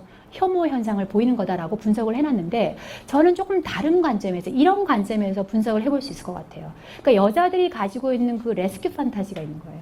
그러니까 백마탄 왕자님이 나타나서 어느 날 내 인생의 볕이 비치게 할 거라는 이런 동화를 어려서부터 읽었기 때문에, 그러니까 읽다 보니까 자꾸 남자는 너무 본인은 별로인데 남자는 아주 괜찮은 남자가 나타나갖고 자기를 구원해 주기를 바라는 거죠. 물론 요즘에는 또 남자들도 그런 경우 있어요. 남자들도 여자가 나타나 자기를 구원해 주기를 바라기도 하는 경우도 있긴 하지만, 근데 이제 오늘 초점은 아버지 딸이기 때문에 딸 입장에서 본다면 본인은 노력하지 않으면서, 그러니까 보호받고 싶은 소망, 그러면서 자유롭고 싶은 그런 욕구도 있는데 이걸 자꾸 남자에게 투사해서 남자가 다 해주기를 바라는 이런 구원 한상을 가지고 있는 여성들이 있어서 남자에 대한 지나친 기대와 과잉 의존에서 벗어나서 남편이나 또는 애인이 해줄 수 있는 거는 일정 부분 있지만 또 본인이 해야 되는 부분이 있는데, 본인이 해야 될 걸 하지 않고 자꾸 남자친구가 다 해주길 바란다는 거죠. 그래서 왜 당신 돈을 이거밖에 못 벌어와? 본인이 나가서 벌 수 있는 거잖아요. 그죠? 근데 본인은 안 벌면서 자꾸 벌어오라고 한다든가, 또는 본인을 안 하면서 남편한테 자꾸 기대를 투사하는 경우. 물론 요즘 그 역전된 관계도 있어요. 남자가 일을 안 하고 여자가 하는 경우도 있긴 하지만 대체로 이런 여성들이 아직도 많다는 거죠. 요즘에 우먼 파워가 세지긴 했지만 여전히 레스큐 판타지를 남자에게 투사하면서 본인의 할 역할을 하지 않고 자꾸 남자에게 온갖 책무를 뒤집어 씌우는 경우, 아마 그런 일부 현상들이 그런 김치녀라는 어떤 이상한 신조를 만들어내면서 여성을 혐오하는 어떤 일부 남성들의 어떤 문화 또는 그런 집단을 만든 게 아닌가, 저는 이제 그런 생각을 합니다.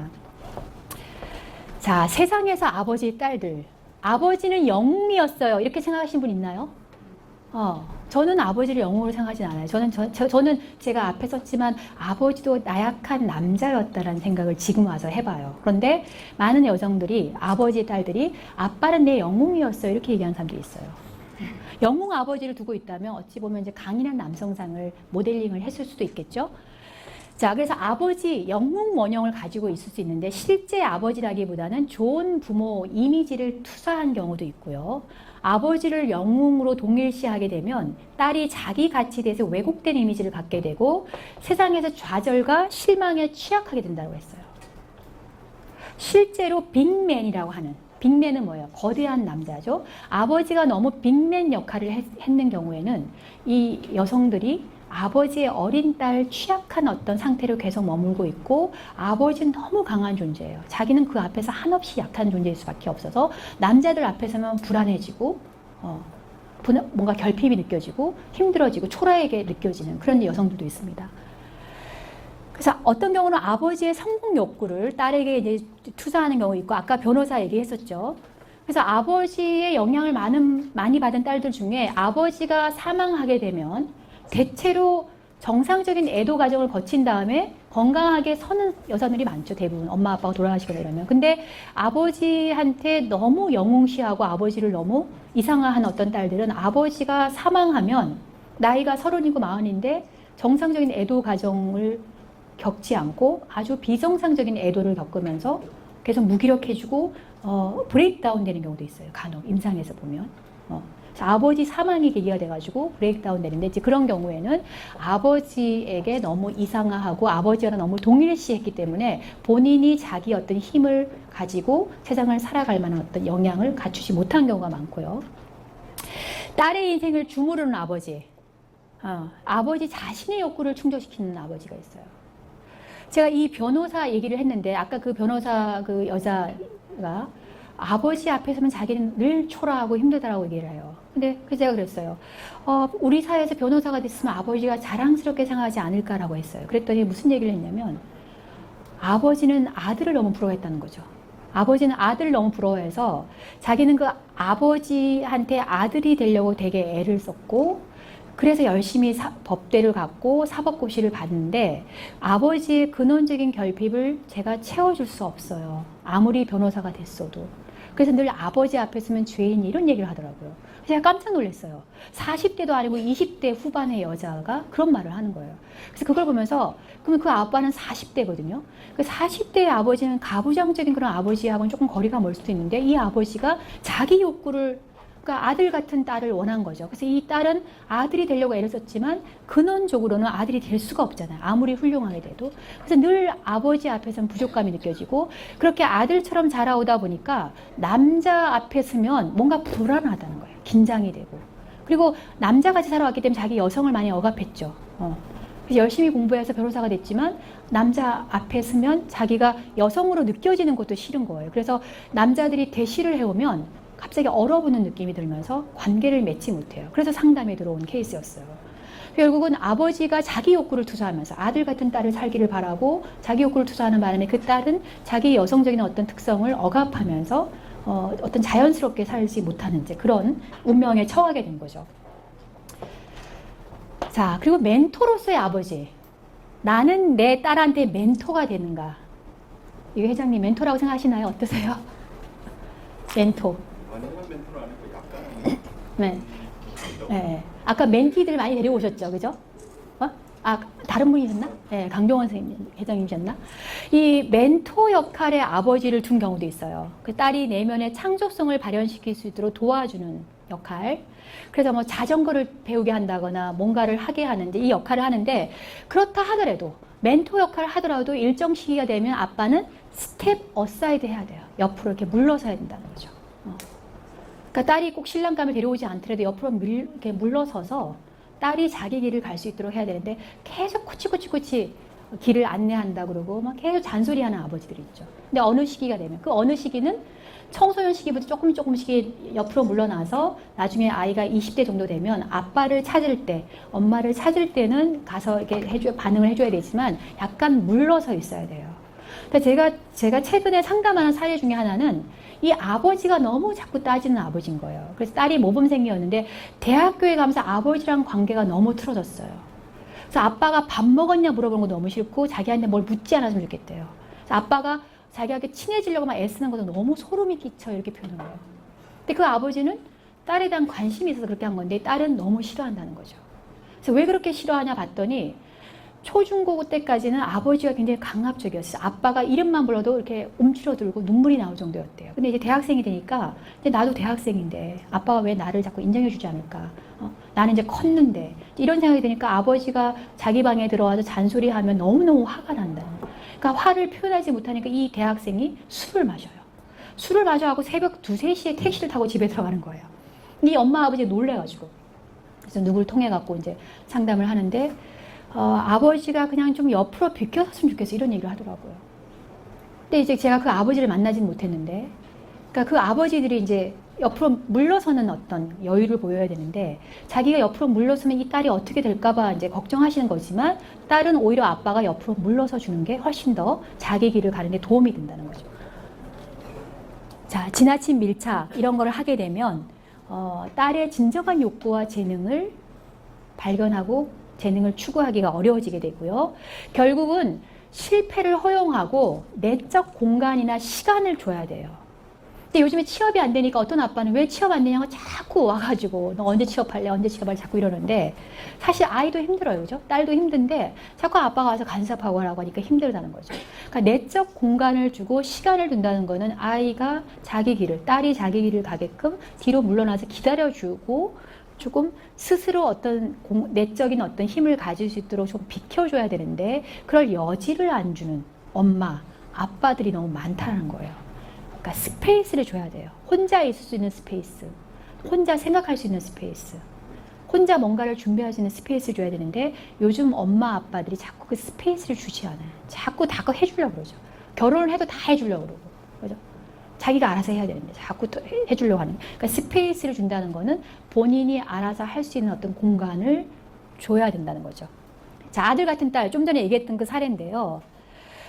이렇게 아들 같은 딸이 여러 명이다 그러면 그 중에서 가장 능력 있는 딸한테 아빠가 기대를 투사하죠. 자기 기대를. 그죠? 그래서 제가 아마 여기 사례에 들어가 있는데요. 그 사례 중에 하나는 딸이 굉장히 똑똑했어요. 큰 딸이. 근데 큰 딸이 갑자기 교통사고로 죽은 거예요. 그리고 둘째 딸이 이제 좀 안 똑똑했던 것 같아요. 그래서 아버지가 맨날 이렇게 자기만 보면 아유 저걸 데려가지. 왜 똑똑한 애를 데려가지? 이런 얘기를 듣고 자랐던 거예요. 그런 딸은 어떤 마음이 들겠어요? 그런 딸은 늘 나는 부족하고 아버지를 실망시켰고 뭔가 인정을 내가 받을 수 없는 사람이고 근원적인 어떤 부족감을 가지고 있는 사람 이렇게 생각하게 되는 거죠. 그러면 결국은 자기 능력을 제대로 개발하지도 못하고 이제 꺾이게 되죠. 그런 딸들은. 근데 또 한편으로는 또 너무 한 딸은 너무 또 부추겨요. 너무 대단하다 이거 부추기니까 어떤 경우는 뭐 지적인 능력이 되고 또 환경적인 것이 받쳐줘서 성공하는, 그래서 경력이 어느 정도 뭐 사회적으로 인정받는 어떤 그런 일을 추구하는 딸도 있긴 하지만 그런 딸들도 어떤 경우에는 자기 욕구가 아닌 걸 추구하는 경우도 있어요. 자기가 하고 싶은 일이 아니었는데 아빠가 원해서 하는 경우, 엄마가 원해서 하는 경우. 그래서 그 변호사 같은 경우 자기는 사실 변호사가 되고 싶지 않았다 그래요. 뭘 하고 싶었냐 했더니 그냥 NGO 단체 있죠. NGO 단체 가서 국제 활동을 하면서 뭐 한비아처럼 살고 싶었대요. 그러니까 한비아처럼 자연 바람의 딸이라고 했잖아요. 바람처럼 왔다 가면서 살고 싶었는데 법조인 하면 어때요? 직업적으로 굉장히 권위 있는 직업이죠. 그래서 저는 이 변호사가 행복할까라는 생각이 들었어요. 계속. 왜냐하면 이 사람은 바람같이 살고 싶은 사람인데 한비와 같이 살아야 되는데 법조인처럼 이렇게 왔다 갔다 하면서 그런 일을 해야 되는 것이니까. 그러니까 얼굴 표정이 별로 행복해 보이지 않았어요. 왜냐하면 아버지의 꿈을 살고 있었다는 거죠. 저도 여기 썼는데 저는 외교관을 저희 아빠가 제가 외교관이 되길 바랬어요. 그래서 10대 때 항상 저한테 외교관이 될 딸, 대학교 때도 외교관이 될 내 딸 보거라 하면서 손편지를 보내오셨어요. 그래서 저는 외교관이 되려고 했었어요. 근데 이제 갑자기 아빠가 이제 돌아가시게 되면서 이제 꿈을 바꾸게 됐고, 그때 이제 이건 내 꿈이 아니고 나는 아버지의 꿈이었구나. 그러면서 이제 심리학을 돌아 이제 하게 됐는데요. 어떤 계기로 인해서 이게 내 꿈인지 아버지의 꿈인지를 구분할 수 있는 이제 그런 계기가 되고, 저는 사실 지금 생각해 보면 외교관이 됐다면 별로 행복하지 않았을 것 같아요. 왜냐하면 제가 비행기를 아주 싫어합니다. 그때는 아버지가 되라고 하니까 외교관이 되어야 된다고 생각했어요. 그런데 최근에 제주도에 갔다 오는데 그 30분 동안 비행기를 타는데 굉장히 불편했어요. 그래서 내가 외교관이 됐으면 아마도 행복하지 않았겠구나. 비행기 타고 자꾸 왔다 갔다 해야 되니까. 그래서 어쩌면 지금 이게 천직일 수 있겠다. 이런 생각이 지금 드는데, 결국 아버지가 자기 욕구를 자꾸 투사해서 그 여러 자식 중에서 자기를 닮은 딸한테 기대를 투사하는 경우가 있습니다. 자, 그러면 여성이 되는 즐거움, 너무 남성적인 특성을 강화한다는 얘기를 했죠. 그래서 남성의 세계에서는 우월감을 느껴요. 좀 전에 그 예를 들었던 그 변호사는 변호사가 됐으니까 남성적인 세계에서는 우월하겠죠. 그죠? 변호사니까. 근데 이상하게 남자를 만나게 되면 본인이 부적절감을 느낀다는 거는, 남자를 만난다는 거는 여성성이 드러나야 되는 거죠. 남자가 좋아한다고 고백하면 여성적인 어떤 걸 보고 다가오는 거니까 그 남자와 관계 맺는 데서는 뭔가 부적절감이 느껴진다는 거예요. 왜냐하면 남성적인 어떤 가치를 추구했기 때문에 그렇게 부적절감을 느끼고, 그래서 결국은 성인기 여성성을 받아들이려면 아버지 신화라는 건 아버지가 씌워준 거죠. 아버지가 더 씌워준, 너는 외교관이 되어야 돼, 너는 판사가 되어야 돼, 이런. 제 딸도 보니, 큰딸이 그러는데 이제 자기 친구 중에 아빠가 판사가 있대요. 그래서 우리 부녀 판사 한번 해보자 이러면서 아빠가 어렸을 때 계속 그 얘기를 했대요.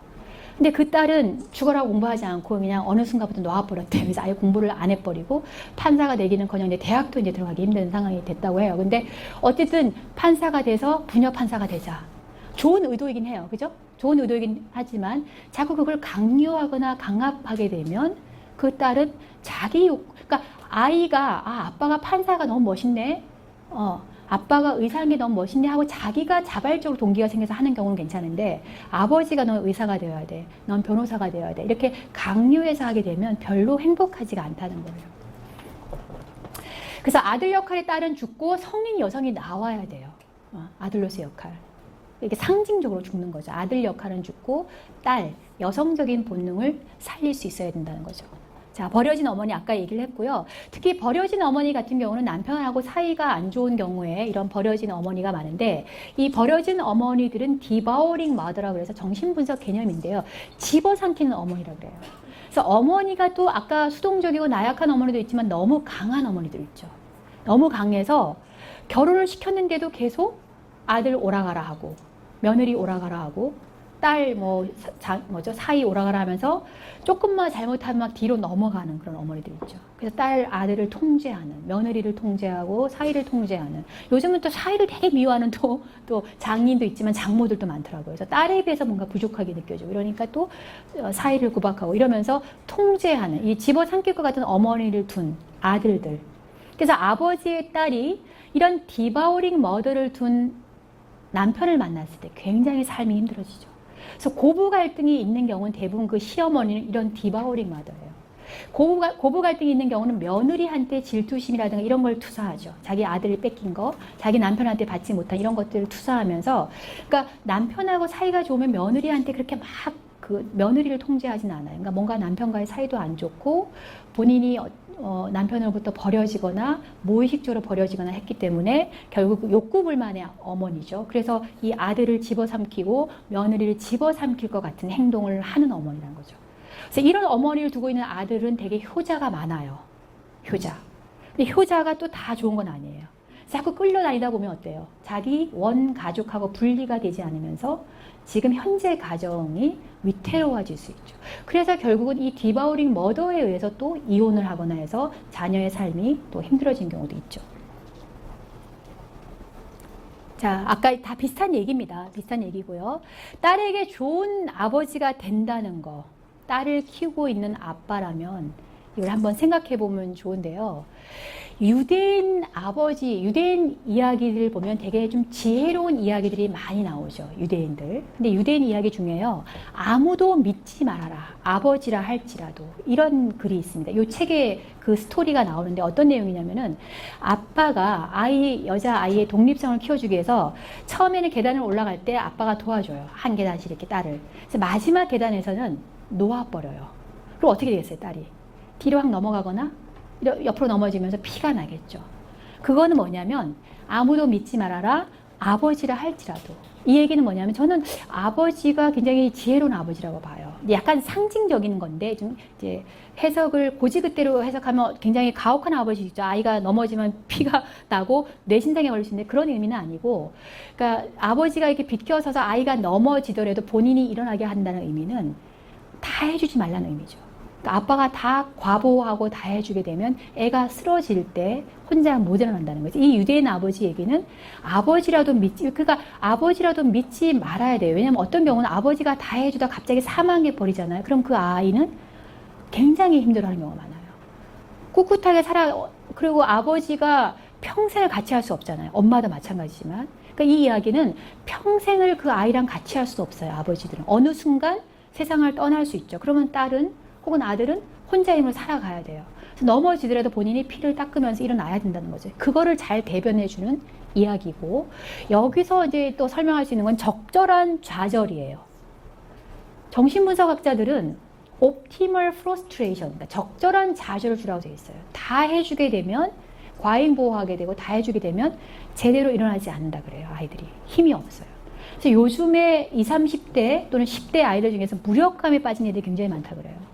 소아 청소년 정신의학회를 갔더니 그걸 누가 발표를 하시는데 10대 아이들 중에서 공부 열심히 하고 뭐 잘하는 아이들도 있긴 하지만 대다수의 아이들은 무력감에 빠져 있대요. 무력감에 빠져서 그냥 앞으로 꿈이 뭐냐고 그러면 꿈도 없다라고 얘기를 하고, 그러니까 왜 이렇게 경쟁을 강조하는데 무력감에 빠질까? 한쪽은 자꾸 경쟁을 부추기다 보니까 승승장구하는 아이들이 있는데 그 아이들은 몇 %밖에 안 되죠. 상당수의 아이들은 무력감을 느낀다는 거예요. 해봤자 안 될 것 같다. 그래서 일찌감치 포기를 하고, 그래서 그냥 그래서 요즘에 프리터족이라 그래가지고 정규직이 부족해서이기도 하지만 정규직을 안 갖고 일부러 한 3, 4개월에 한 번씩 옮기는 경우, 조금만 누가 싫은 소리를 해도 못 견디고 나오고 이런 사람들이 굉장히 많다 그래요. 그러니까 좌절을 못 견디는 거죠. 그래서 부모, 아버지 역할은 적절한 좌절을 주는 거예요. 그러니까 그래서 아버지라도 믿지 말고 네가 네 자신을 믿고 세상을 살아가게 해야 된다는 거죠. 결국 아버지, 엄마로부터 독립을 해서 자신을 믿어야 된다는 거죠. 그래서 이 이야기를 유대인 아버지가 해주고 있는 거죠. 그리고 이제 각자의 복으로 비슷한 맥락인데요. 내복에 산다는 딸이라는 설화가 있다 그래요. 이 설화는 뭐냐면 아빠가 세 딸을 앉혀놓고 너는 누구 덕에 사느냐니까 첫째, 둘째는 아빠 덕에 살아니까 아빠가 만족스러웠겠죠. 셋째 딸은 제 덕에 삽니다라고 했어요. 그 다음에 리어 왕, 섹스피어 리어 왕에도 세 딸이 나오는데 너는 여기 이제 서양에서 나온 이 섹스피어의 비극이죠. 여기서 보면은 리어 왕이 또 물어보니까 너는 아빠를 사랑하냐 물어보니까 첫째, 둘째는 아빠를 많이 사랑해요 라고 했어요. 근데 내복에 산다는 딸과 마찬가지로 셋째 딸은 저는 자식의 의무로 사랑합니다. 그 이상도 이하도 아니에요. 해서 쫓겨나요. 쫓겨나는데 아빠를 사랑한다는 첫째, 둘째는 아빠를 결국 배신하죠.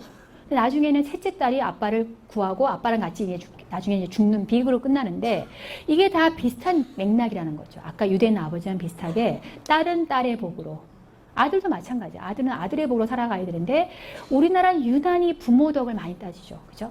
내 덕에 이렇게 산 거 알아라. 내 덕에 호강하는 줄 알아라. 특히 자수성가한 아버지들이 많이 그래요. 내 덕에 뭐 이렇게 사는데 너는 왜 이 모양 입고 있냐 이렇게 얘기를 한다는 거죠. 그래서 어떤 여학생을 상담을 했는데 자기는 아버지가 맨날 그 얘기 한대요. 내 덕에 이렇게 호강하며 살면서 너는 왜 공부를 이따위로 하냐 이러면 성적표를 막 찢어버린다는 거예요. 근데 이 아버지들이 명심할 거는 딸은 딸의 복으로 살고 있는 거예요. 그런 아버지를 만난 게 딸의 복이라는 거죠. 딸의 덕이지 딸의 복인 거지 아버지 덕이 아니라는 거죠. 그래서 우리나라가 유난히 아버지 덕, 어머니 덕을 강조하기 때문에 그 자녀들은 계속 힘들어하는 경우가 많아요. 내가 어떻게 널 키웠는데 아이들이 그거 되게 힘들어하죠. 그죠? 어떻게 키웠니? 이 말 되게 듣기 싫어하죠. 근데 어떻게 키웠니? 이 말을 하니까 그것 때문에 발목이 잡히는 거예요. 발목이 잡혀가지고 자꾸 뒤를 돌아보게 되죠. 뒤를 돌아보지 말고 앞으로 가야 되는데 자꾸 뒤를 돌아보면서 엄마한테, 아빠한테 이렇게 하면 내가 안 되지 않을까? 물론 적절하게 이제 해야 될 건 해야 되는 거죠. 부모로서 부모, 자식의 의무로 사랑합니다. 저는 이 말이 딱 맞는 것 같아요. 자식의 의무로 사랑하면 되는데 너무 과도하게 자기가 오히려 아버지한테 부모 역할을 하려고 한다거나 엄마한테 부모 역할을 하는 경우. 이제 그렇게 살다 보면은 내가 엄마 같아요. 내가 아버지 같아요. 내가 보호자로 살았어요. 내 자신을 지켜줄 사람은 아무도 없었어요. 그래서 어린 시절을 뺏긴 것 같아요. 라고 얘기를 합니다. 그래서 만약에 내 덕에 잘 살고 있는 줄 알아라 라고 하면 자꾸 자식을 휘두른 그런 아빠가 있다면 이 아버지들은 이걸 내 자식은 내 자식의 복으로 살고 있다는 거. 근데 이 생각을 바꾸기가 쉽지가 않아요. 자, 그래서 이제 아버지가 또 이제 여성과 파워에 대한 건데요. 이 힘을 잘 사용해야 되죠. 엄마들은 보통 힘이 없는 경우가 많은데 아버지가 너무 힘을 휘두르는 경우에는 그 딸이 반항하거나 아니면 아버지처럼 휘두르는 남자를 만나서 복종하면서 계속 멍이 들은 상태로 살 수 있어서 이 결국 아빠가 힘을 제대로 사용해야 돼요. 부인을 때리거나 또는 걸핏하면 때리거나 이러면 힘을 잘못 사용한 걸 보게 되면 맞아도 된다라는 생각을 갖거나 아니면 너무 또 반항하면서 인생을 거칠게 살 수도 있어요. 그래서 자기 내적인 권위, 자기 신뢰감을 가지려면 힘을 제대로 사용하는 아버지를 둬야 되는데 힘을 너무 과도하게 사용하는 아버지, 너무 불균형적으로 사용해서 자식에게 부인에게 휘두르는 아버지를 둔 경우에는 딸이 그 힘을 잘못 사용한 아버지를 보면서 자기를 믿지 못하거나 자기 안에 내적인 어떤 권위나 힘을 가지지 못하고 나약하게 되거나 아니면 자꾸 삐뚤게 나가서 거친 삶을 살 수가 있습니다. 네. 그래서 아버지 같은 휘두른 인물한테 너무 쉽게 희생물이 될 수 있어요. 그래서 매맞는 아내들 보면요. 건강하게 아버지 관계를 경험하고 아버지의 파워를 경험한 딸들이 매맞는 아내가 되긴 어려워요. 그래서 매맞는 아내들을 이렇게 분석을 해보면 되게 그 아버지가 힘을 과도하게 막 휘두르는 것을 보고 자란 딸들이 학습된 무력감이 생기는 거죠. 그런 힘을 보고 자랐기 때문에 아, 나는 이제 꼼짝없이 당하겠구나. 무력감 때문에 그 무력감을 학습해서 계속 그 상태로 살 수가 있습니다. 그래서 아버지 생각이 아닌 자기 생각에 힘을 불어넣어야 되고요. 그래서 아버지와 딸은 배반 진실. 이 리오 왕의 셋째 딸이 아버지를 구하고 죽는데요. 결국은 자기에 대한 어떤 진정한 어떤 자아의식이라든가 진정한 힘을 가진 딸로 거듭나야 되는데 아버지 상이 건강하지 못한 경우에는 그런 자기 힘을 가진 딸로 성장하기가 어렵습니다. 그래서 딸들은 남성 지배라든가 통제, 어떤 위계. 제가 이제 수녀님이 계시는데 수녀님, 저랑 친한 이제 수녀님 학생이 저한테 얘기해 주는 걸 들어보니까 뭐 다 그렇지는 않겠지만 이 수녀원에서도 굉장히 위계 질서가 있다고 하더라고요. 그리고 이제 그런 위계 질서를 또 힘들어하는 어떤 그런 분들도 있다는 얘기를 들었는데요. 이제 그런 경우는 이제 가부장적인 거는 아니지만 어떤 그런 시스템이죠. 그런 뭐 수녀원이나 이런 시스템에 의해서 또는 남성 지배 이런 거에 의해서 그 바깥의 힘에 의해서 휘둘리는 경험을 하게 되면 힘들어질 수 있어요. 그래서 내적인 어떤 파워, 안으로 오는 힘을 가진 여성들은 건강한 거죠. 자기 안의 힘. 지금 잠시 나는 내 안에 어떤 힘을 가지고 있는지 아니면 외부의 어떤 힘에 의해서 내가 휘둘리고 있는 존재인지 잠깐 생각해 보시면 좋을 것 같아요. 내가 지금 너무 남편한테 휘둘리고 있다 라고 한다면 조금 목소리를 낼 필요가 있어요. 그렇다고 오늘 당장 가서 남편한테 막 목소리 너무 크게 내가지고 아니 이 사람이 어디 가서 강의를 듣고서니 남편을 알기를 우습게 한다 뭐 이런 얘기를 들으시면 안 되겠고요. 지혜롭게 자기 힘, 자기를 믿으면서 자기 주장이나 이런 것을 건강하게 할 수 있는 여성이 돼야 되는 거죠.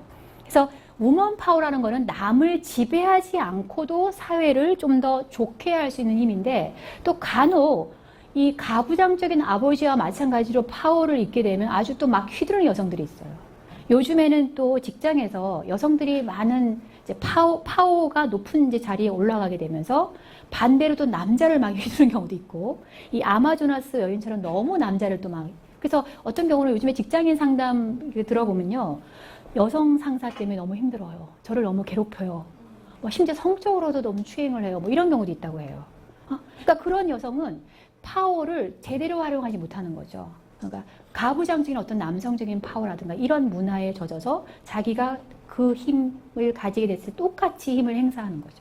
근데 여성의 파워는 조금 달라야 된다고 생각해요. 조금 더 포용적이고 남을 굳이 지배하지 않고도 포용하면서 가는 거, 이게 좋지 않나 생각이 들고요. 결국 아버지의 목소리와 자기 목소리를 구분할 수 있어야 됩니다. 저는 제 인생에 저는 이제 아버지가 돌아가신 걸 계기로 이제 어쩌면 이 목소리를 구분했는지 모르겠어요. 아버지의 꿈, 아버지의 목소리와 내 목소리를 구분했는데, 그렇다고 아버지가 뭐 다 사망해야지만 그렇게 되는 건 아니고, 살아 계시더라도 아버지가 원하는 삶이 어떤 건지, 내 삶이 어떤 건지, 그러니까 아버지의 목소리를 따라가기보다는 내 안에 내면의 목소리를 따라가야 되고, 그 내면의 목소리는 그 여성, 아버지 딸을 조금 더 건강하고 생동감 있게 그리고 행복하게 살 수 있는 거예요. 그리고 책임감과 힘을 수용해야 되는데, 어떤 경우는 너무 무력한 딸들, 제가 이제 상담에서 만나는 많은 여성들은 굉장히 무력한 아버지 딸들이 많아요. 남자로부터 이혼을 당한 경우도 있고, 이혼을 앞두고 어떻게 살아가야 되냐. 근데 이제 그런 여성들도 분명히 안에 자기 힘이 있는데 어느 순간 힘이 발휘되지 못하고 꺾여 있는 거예요. 근데 누구나 자기 내면에 힘이 있는데 그 힘을 잘 발휘하지 못하는 경우에는 무력감에 젖어들고 우울감에 빠질 수 있어요.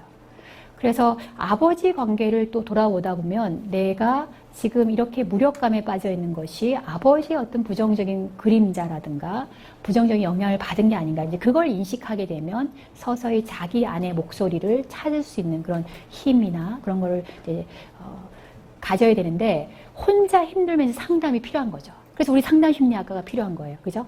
혼자 찾기 어려운 분들은 상담 전문가들, 저 같은 임상 전문가들이 도와줘서 힘을 찾게끔 해줘야 되는 거죠.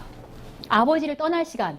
딸들을 두고 있는 아빠들은 이런 말을 들으면 좀 섭섭해할 것 같아요. 저희 남편도 이 책이 나오자마자 본인이 막 정독을 하더니 이러면서 조금 뭔가 아쉬워하는 것 같더라고요.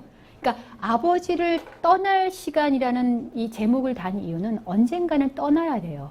아버지가 살아계시든 돌아가셨든 간에. 엄마도 마찬가지예요. 모든 자녀들은 아버지, 엄마를 떠나서 자기 삶을 살아가야 된다는 그런 메시지를 담고 있고요. 더 이상 아버지, 딸이 아니다. 아버지로부터 심리적으로 독립을 해야 되고, 이 심리적 독립은 평생에 걸쳐 일어날 수 있습니다. 어떤 경우는 너무 강력한 아버지, 강력한 어머니 밑에 자란 딸, 아들들은 평생을 거쳐서 벗어나야 되는 어떤 그런 짐을 지고 있죠. 그래서 아버지의 어린 딸이었을 때는 굉장히 포근하기도 해요. 아버지가 다 보호해 주니까. 그런데 아버지 인정이라든가 아버지의 선택 또는 아버지의 경제적 도움 뭐 이런 것들을 어느 순간 포기한다는 거는 그 심층 심리학자인 이 머독이 이렇게 표현했대요. 정서적인 융단을 포기하는 거다. 융단이 뭐죠? 따뜻한 그런 거잖아요. 따뜻한 어떤 천 이런 거잖아요. 아버지로 받았던 융단을 포기한다는 건 뭔가 허한 느낌이 들 수도 있고 공허감이 들 수도 있겠고 뭔가 을씨년스럽고 힘들 어떤 그런 순간이 올 수도 있어요.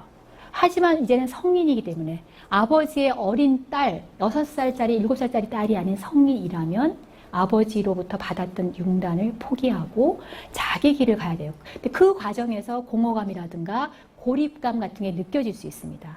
근데 그 고립감을 채워줄 수 있는 사람은 누굴까요? 자신이기도 하고, 뭐 옆에 있는 배우자나 또는 옆에 있는 뭐 연인이나 또는 뭐 자식일 수도 있어요. 근데 전적으로 자식한테 의존한다. 전적으로 남편한테 의존한다. 전적으로 연인한테 의존하는 거는 아니라는 거죠. 적당히 의존을 하고 또 자신이 채워야 되는 부분이 있다는 거죠. 근데 많은 여성들이, 특히 상담에 들어오는 많은 여성들이 자기가 채우려고 하지 않고 자꾸 남이 채워주기를 바라고, 채워지지 않으면 그걸 상대 탓을 하거나 남 탓을 하면서 남을 괴롭히기도 하고, 그 남은 배우자나 또는 주변 자식이거나 또 주변에 있는 사람일 수 있겠죠. 주변을 괴롭히거나 자신을 괴롭힌다는 거죠.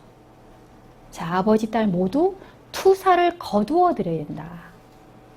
자, 우리가 콩깍지가 쓰이는 사랑은 투사예요. 투사. 첫눈에 반한 사랑. 첫눈에 반한 사랑으로 결혼하시면 어떤가요? 지금 콩깍지가 계속 어때요? 벗겨지셨나요? 안 벗겨졌어요? 어이고 행복하시네요. 지금까지 계속 같이 어. 이사 많이 다녀도 어. 계속 같이 따라서 사는 거예요. 행복하시죠? 네. 근데 뭐 콩깍지가 영원히 안 벗겨지는 분도 사실 저는 아주 부러워요. 행복하다고 봐요. 저는 한 1년 만에 벗겨졌거든요. 근데 콩깍지가 안 벗겨지고 평생을 해로한다면 그거야말로 정말 100년 해로하는 거죠. 근데 많은 사람들이 콩깍지가 벗겨지죠. 콩깍지가 벗겨진 다음에 사랑이 식은 건 아니에요. 그 사람이 있는 그대로 보면서 그 있는 그대로의 사람을 존중하고 꼭 뜨거운 어떤 불같은 사랑이 아니더라도 그 메리털 프렌십이란 말이 있어요. 결혼, 그러니까 우리가 뭐 정 때문에 산다 이런 거 얘기하잖아요. 근데 결혼 우정이라고 그러죠. 이렇게 우리말로 하면. 그러니까 결혼 관계도 오래 가다 보면 콩깍지가 벗겨지면서 우정이 남죠. 정이 남아요. 근데 그건 전 나쁘지 않다고 봅니다. 왜냐하면 열정적인 사랑은 호르몬의 영향으로 한 3년밖에 안 간다 그러죠. 3년도 길어요. 그죠? 그래서 나중에는 이제 그런 열정적인 어떤 사랑이 이제 식게 되면 이제 그때부터 그 사람이 있는 그대로라고 보이면서 그 있는 그대로의 사람을 좋아할 수가 있죠. 자, 그래서 투사를 거두어 드리는 과정이 어떤 사람들에는 필요해요. 우리 한면화 선생님은 투사를 거두어 드리지 않고도 행복하다고 하시니까 계속 그렇게 사시면 될 것 같습니다. 자, 아까 얘기를 했습니다. 예. 신데렐라 컴플렉스. 다 이런 신데렐라 컴플렉스가 있어요. 요즘 드라마들 보면 다 이런 신데렐라 컴플렉스의 지금 현대 버전이더라고요. 다 무슨 편의점에 일을 하는데 재벌 몇 세를 만나서 결혼하고 뭐 이런 거잖아요. 그죠? 뭐 엑스트라를 하는데 뭐 재벌 만나가지고 결혼하고 이러는데 사실 현실에서는 그게 이루어지기 되게 어렵죠. 현실에서는. 그래서 이제 원형적인 딸, 이 원형적인 딸과 아버지 이 관계, 예. 그러니까 이제 이 원형적이라는 거는 아버지는 보호해주고, 이제 딸은 거기에 이제 앵기는 그런 이제 그런 관계인데 여기서 좀 벗어나야 되는데 대개는 이 아버지한테 너무 투사해서 이게 이성과의 관계에서 계속 재현되는 드라마들이 거의 드라마들이 대부분 그렇죠. 현실도 마찬가지예요. 그러니까 부부 갈등이 있는 경우에 보면 대부분 이런 어떤 투사되는 것 때문에 힘들어요. 남자는 엄마로부터 받은 아니마를 투사하죠. 남자들은. 그리고 여성들은 아버지로부터 받은 아니무스를 투사해요. 그래서 결국은 두 남자 여자가 살고 연애를 하지만 그 안에는 두 명이 아닌 여러 명이 있어요. 그죠? 여자의 아버지 엄마와의 관계 또는 이 남자의 아버지 엄마 한 6명 정도가 관여를 한다고 볼 수 있어요. 심리적으로는. 두 남녀가 만난다는 거는. 아버지로부터 독립을 해야 된다는 거고요. 결혼이나 뭐 질병이나 죽음을 통해서 분리되기도 하지만 심리적으로 분리되는 게 이제 중요하다는 거고요. 그래서 그 과정에서 공허감이나 죄책감이 있더라도 그 죄책감이나 공허감을 스스로 수용해야 되는 거죠. 과도한 죄책감을 가지게 되면 그게 정신건강에 굉장히 해롭습니다. 근데 뭐 엄마 아버지를 미워할 수도 있어요. 근데 임상에서 이렇게 만나보면 많은 환자들이 미워하면 죄책감들이 너무 또 과도하게 또 잘하려고 해요. 그러다가 이제 또 화가 나면 이제 또 잘 못하고 이걸 계속 왔다 갔다 하면서 결국은 양가 감정을 가지게 되죠. 그래서 부모에 대해서 가지고 있는 감정이 아주 우세한 감정이 양가 감정이죠. 그래서 애증이다라고 표현을 많이 하죠. 엄마와의 관계는 애증이에요. 아빠와의 관계도 애증이라고 표현을 하는데 이렇게 아버지로부터 심리적으로 독립하고 엄마로부터 독립하게 되면 조금 더 건강하게 관계를 맺을 수가 있다는 거죠. 그래서 가족 심리학자들은 건강하게 경계를 설정해서 독립을 하게 되면 더 오랫동안 관계를 좋게 맺을 수 있는데 그렇지 않고 자꾸 양가 감정을 가진 상태로 끌려가게 되면 나중에 뭐 의절하는 경우도 꽤 있어요. 부모랑 의존하고 지낸다거나 이런 경우도 있는데 이렇게 잘 건강하게 오래 유지하려면 심리적인 독립을 해야 된다는 거고요. 이 미녀와 야수도 결국은 딸이 아버지로부터 독립하는 이야기라고 심층 심리학자들은 이야기를 합니다. 네, 특히 정서적인 분리를 해야 되고요. 그래서 아버지 역할이 실패하게 되면은 이제 문제가 되는데 아버지가 딸의 선택을 인정해줘야 돼요. 내가 하는 게 왜 그 모양이니 이런 말보다는 딸이 하는 걸 좀 인정해주고 딸의 선택을 지지해줘야 되고 딸의 능력을 알아줘야 되고 경제적으로 또 안정감이 있어야 돼요. 아버지가 아버지 역할을 한다는 건 대표적인 거는 경제적으로 안전하게 해서 아이가 안정감을 느끼게 해야 되는데 많은 무책임한 아버지들이 이 경제적인 안정감을 주지 못해서 딸이 너무 힘들게 되는 경우도 있죠. 그리고 아버지로부터 독립하는 거를 기꺼이 허용해야 된다는 거죠. 질투를 하거나 회방을 놓거나 딸을 사랑한다는 명목으로 자꾸 간섭을 한다거나 이거는 좋지 않다는 거죠. 네. 자, 그래서 아버지 딸들은 자기 그 사이키죠. 이 심리, 내적으로 들어있는 여성적인 측면을 이제 부각을 시켜야 되고요. 재양육과 스스로 또 이런 상처가 있는 경우는 스스로를 또 위로하고 스스로를 양육해야 돼요. 이제는 아버지 엄마로부터 받을 수가 없죠. 아버지 엄마 이제 나이가 드셨으니까. 그래서 투사, 기대의 거미줄을 풀어야 된다라고 했는데 이제 스스로를 채우고 스스로를 보호하는 법을 배워야 되죠. 아버지 의존을 떠나서. 남편도 마찬가지예요. 남편도 지금 건강하게 옆에 있지만 남편에게 올인하게 되면 그래서 간혹 보면 남편하고 이혼을 하거나 또는 이제 뭐 남편을 잃었거나 했을 때 아주 무력감에 빠진 여성들 보면 너무 전적으로 남편한테 올인하거나 남자친구한테 올인하는 경우에 혼자 이렇게 독립적으로 살아가는 것이 어려운 경우가 많습니다. 그래서 상호 의존적이어야 돼요. 상호 의존적. 나도 너에게 의존하고 너도 나에게 의존하는. 근데 전적으로 의존하고 어떤 남자들은 마초맨들이 있죠. 내가 다 해줄게. 이런 남자들이 있어요. 그죠? 근데 그런 남자가 평생 해로하면 좋은데 어떤 연유로 인해서 그렇게 하지 못할 경우가 있어요. 그러면 그렇게 마초인 남편한테 전적으로 올인했다가 힘들어진 경우가 많습니다. 그래서 그렇게 마초 같은 남편이 여기 옆에 있다고 하더라도 여자, 아버지, 딸 스스로 독립성과 자율성, 자기 충족감을 느낄 수 있도록 스스로를 보호하고 스스로를 채우는 거. 그래서 여기 오신 분들은 이제 다 지금 공부를 하고 계신 우리 학생들이 대부분인데 이제 그런 면에서는 건강하신 거예요. 뭔가 공부를 통해서 또 스스로를 또 보호하고 또는 스스로를 또 양육하는 과정일 수도 있겠고 아니면 뭔가를 찾아 나가는 독립성을 추구하는 과정, 자율성을 추구하는 과정 중에 하나일 거라고 보여집니다. 자, 상처가 있다면 이제 상처를 치유해야 되죠. 그래서 특히 아버지로부터 받은 상처가 있다면 상처를 치유하는 과정을 겪어야 되는데 특히 이렇게 하다 보면은 이제 이 남자와 관계 맺는 거 또 주변 사람들 관계 맺는 패턴을 좀 바꿔야 될 필요가 있고요. 그러다 보면 자기 내면에 좀 더 깊은 나를 만나줘야 돼요. 상담을 한다는 거는 결국 이 내담자들이 이걸 만나는 거죠. 상담자가 가이드 해주면서 자기 안에 깊은 나, 내가 상처받은 것이 뭐였는지, 내 욕구가 뭐였는지를 들여다보면서 자기 안에 더 깊은 자기를 만나는 과정이 필요하고요. 실망과 상실의 상처 같은 것들을 이제 극복하고, 뭐 아버지한테 표현할 수도 있겠고요. 지지적인 친구라든가 가족이나 배우자를 통해서 상처를 치유할 수도 있습니다. 네, 투사를 그만둬야 되고, 결국 이제 탓 돌리기를 그만해야 됩니다. 그만해야 되고, 자기 삶에 대한 자기 책임감을 가져야 되는 거. 남자도 마찬가지지만 특히 아버지의 딸, 상처로 인해서 자꾸 움츠리고 있다면 자기 안에 깊은 자기를 만나면서 자기 내면의 상처를 치유를 해야 되고 결국 투사를 그만두고 탓 돌리기를 그만두고 자기만의 힘을 찾아서 자율성과 어떤 주체성을 가진 여자로 다시 심리적으로 태어나야 되는 어떤 과제를 안고 있는 딸들도 있다는 겁니다. 자, 여기 보면 나는 아버지 딸입니다. 아버지를 사랑하지 않고는 나 자신을 사랑할 수 없다. 제가 이거를 앞에 넣었는데요. 어떤 딸이 있었는데 글을 쓰는 분인데 아버지와 관계가 되게 안 좋아요. 글이 되게 거칠었다고 해요. 근데 아버지랑 화해하고 나니까 글이 굉장히 부드러워지고 편안해졌다는 얘기를 합니다. 그래서 아버지로 인해서 어떤 상처로 인해서 아마조나스처럼 피 한 방울 안 바늘을 찔러도 피 한 방울 안 나는 그런 사람처럼 살아왔다면 이제 자기 안에 어떤 여성적인 측면, 소홀히 해온 측면들을 만나주는 그런 시간, 계기가 필요합니다. 자, 오늘 제 강의는 여기까지고요. 혹시 질문 있으십니까? 질문 있으세요? 다들 좀 덥죠? 날씨가 되게 더운데 조는 분은 한 분도 없는 것 같아요. 굉장히 열심히 제가 이제 3년 연속으로 이 아버지 딸을 했는데요.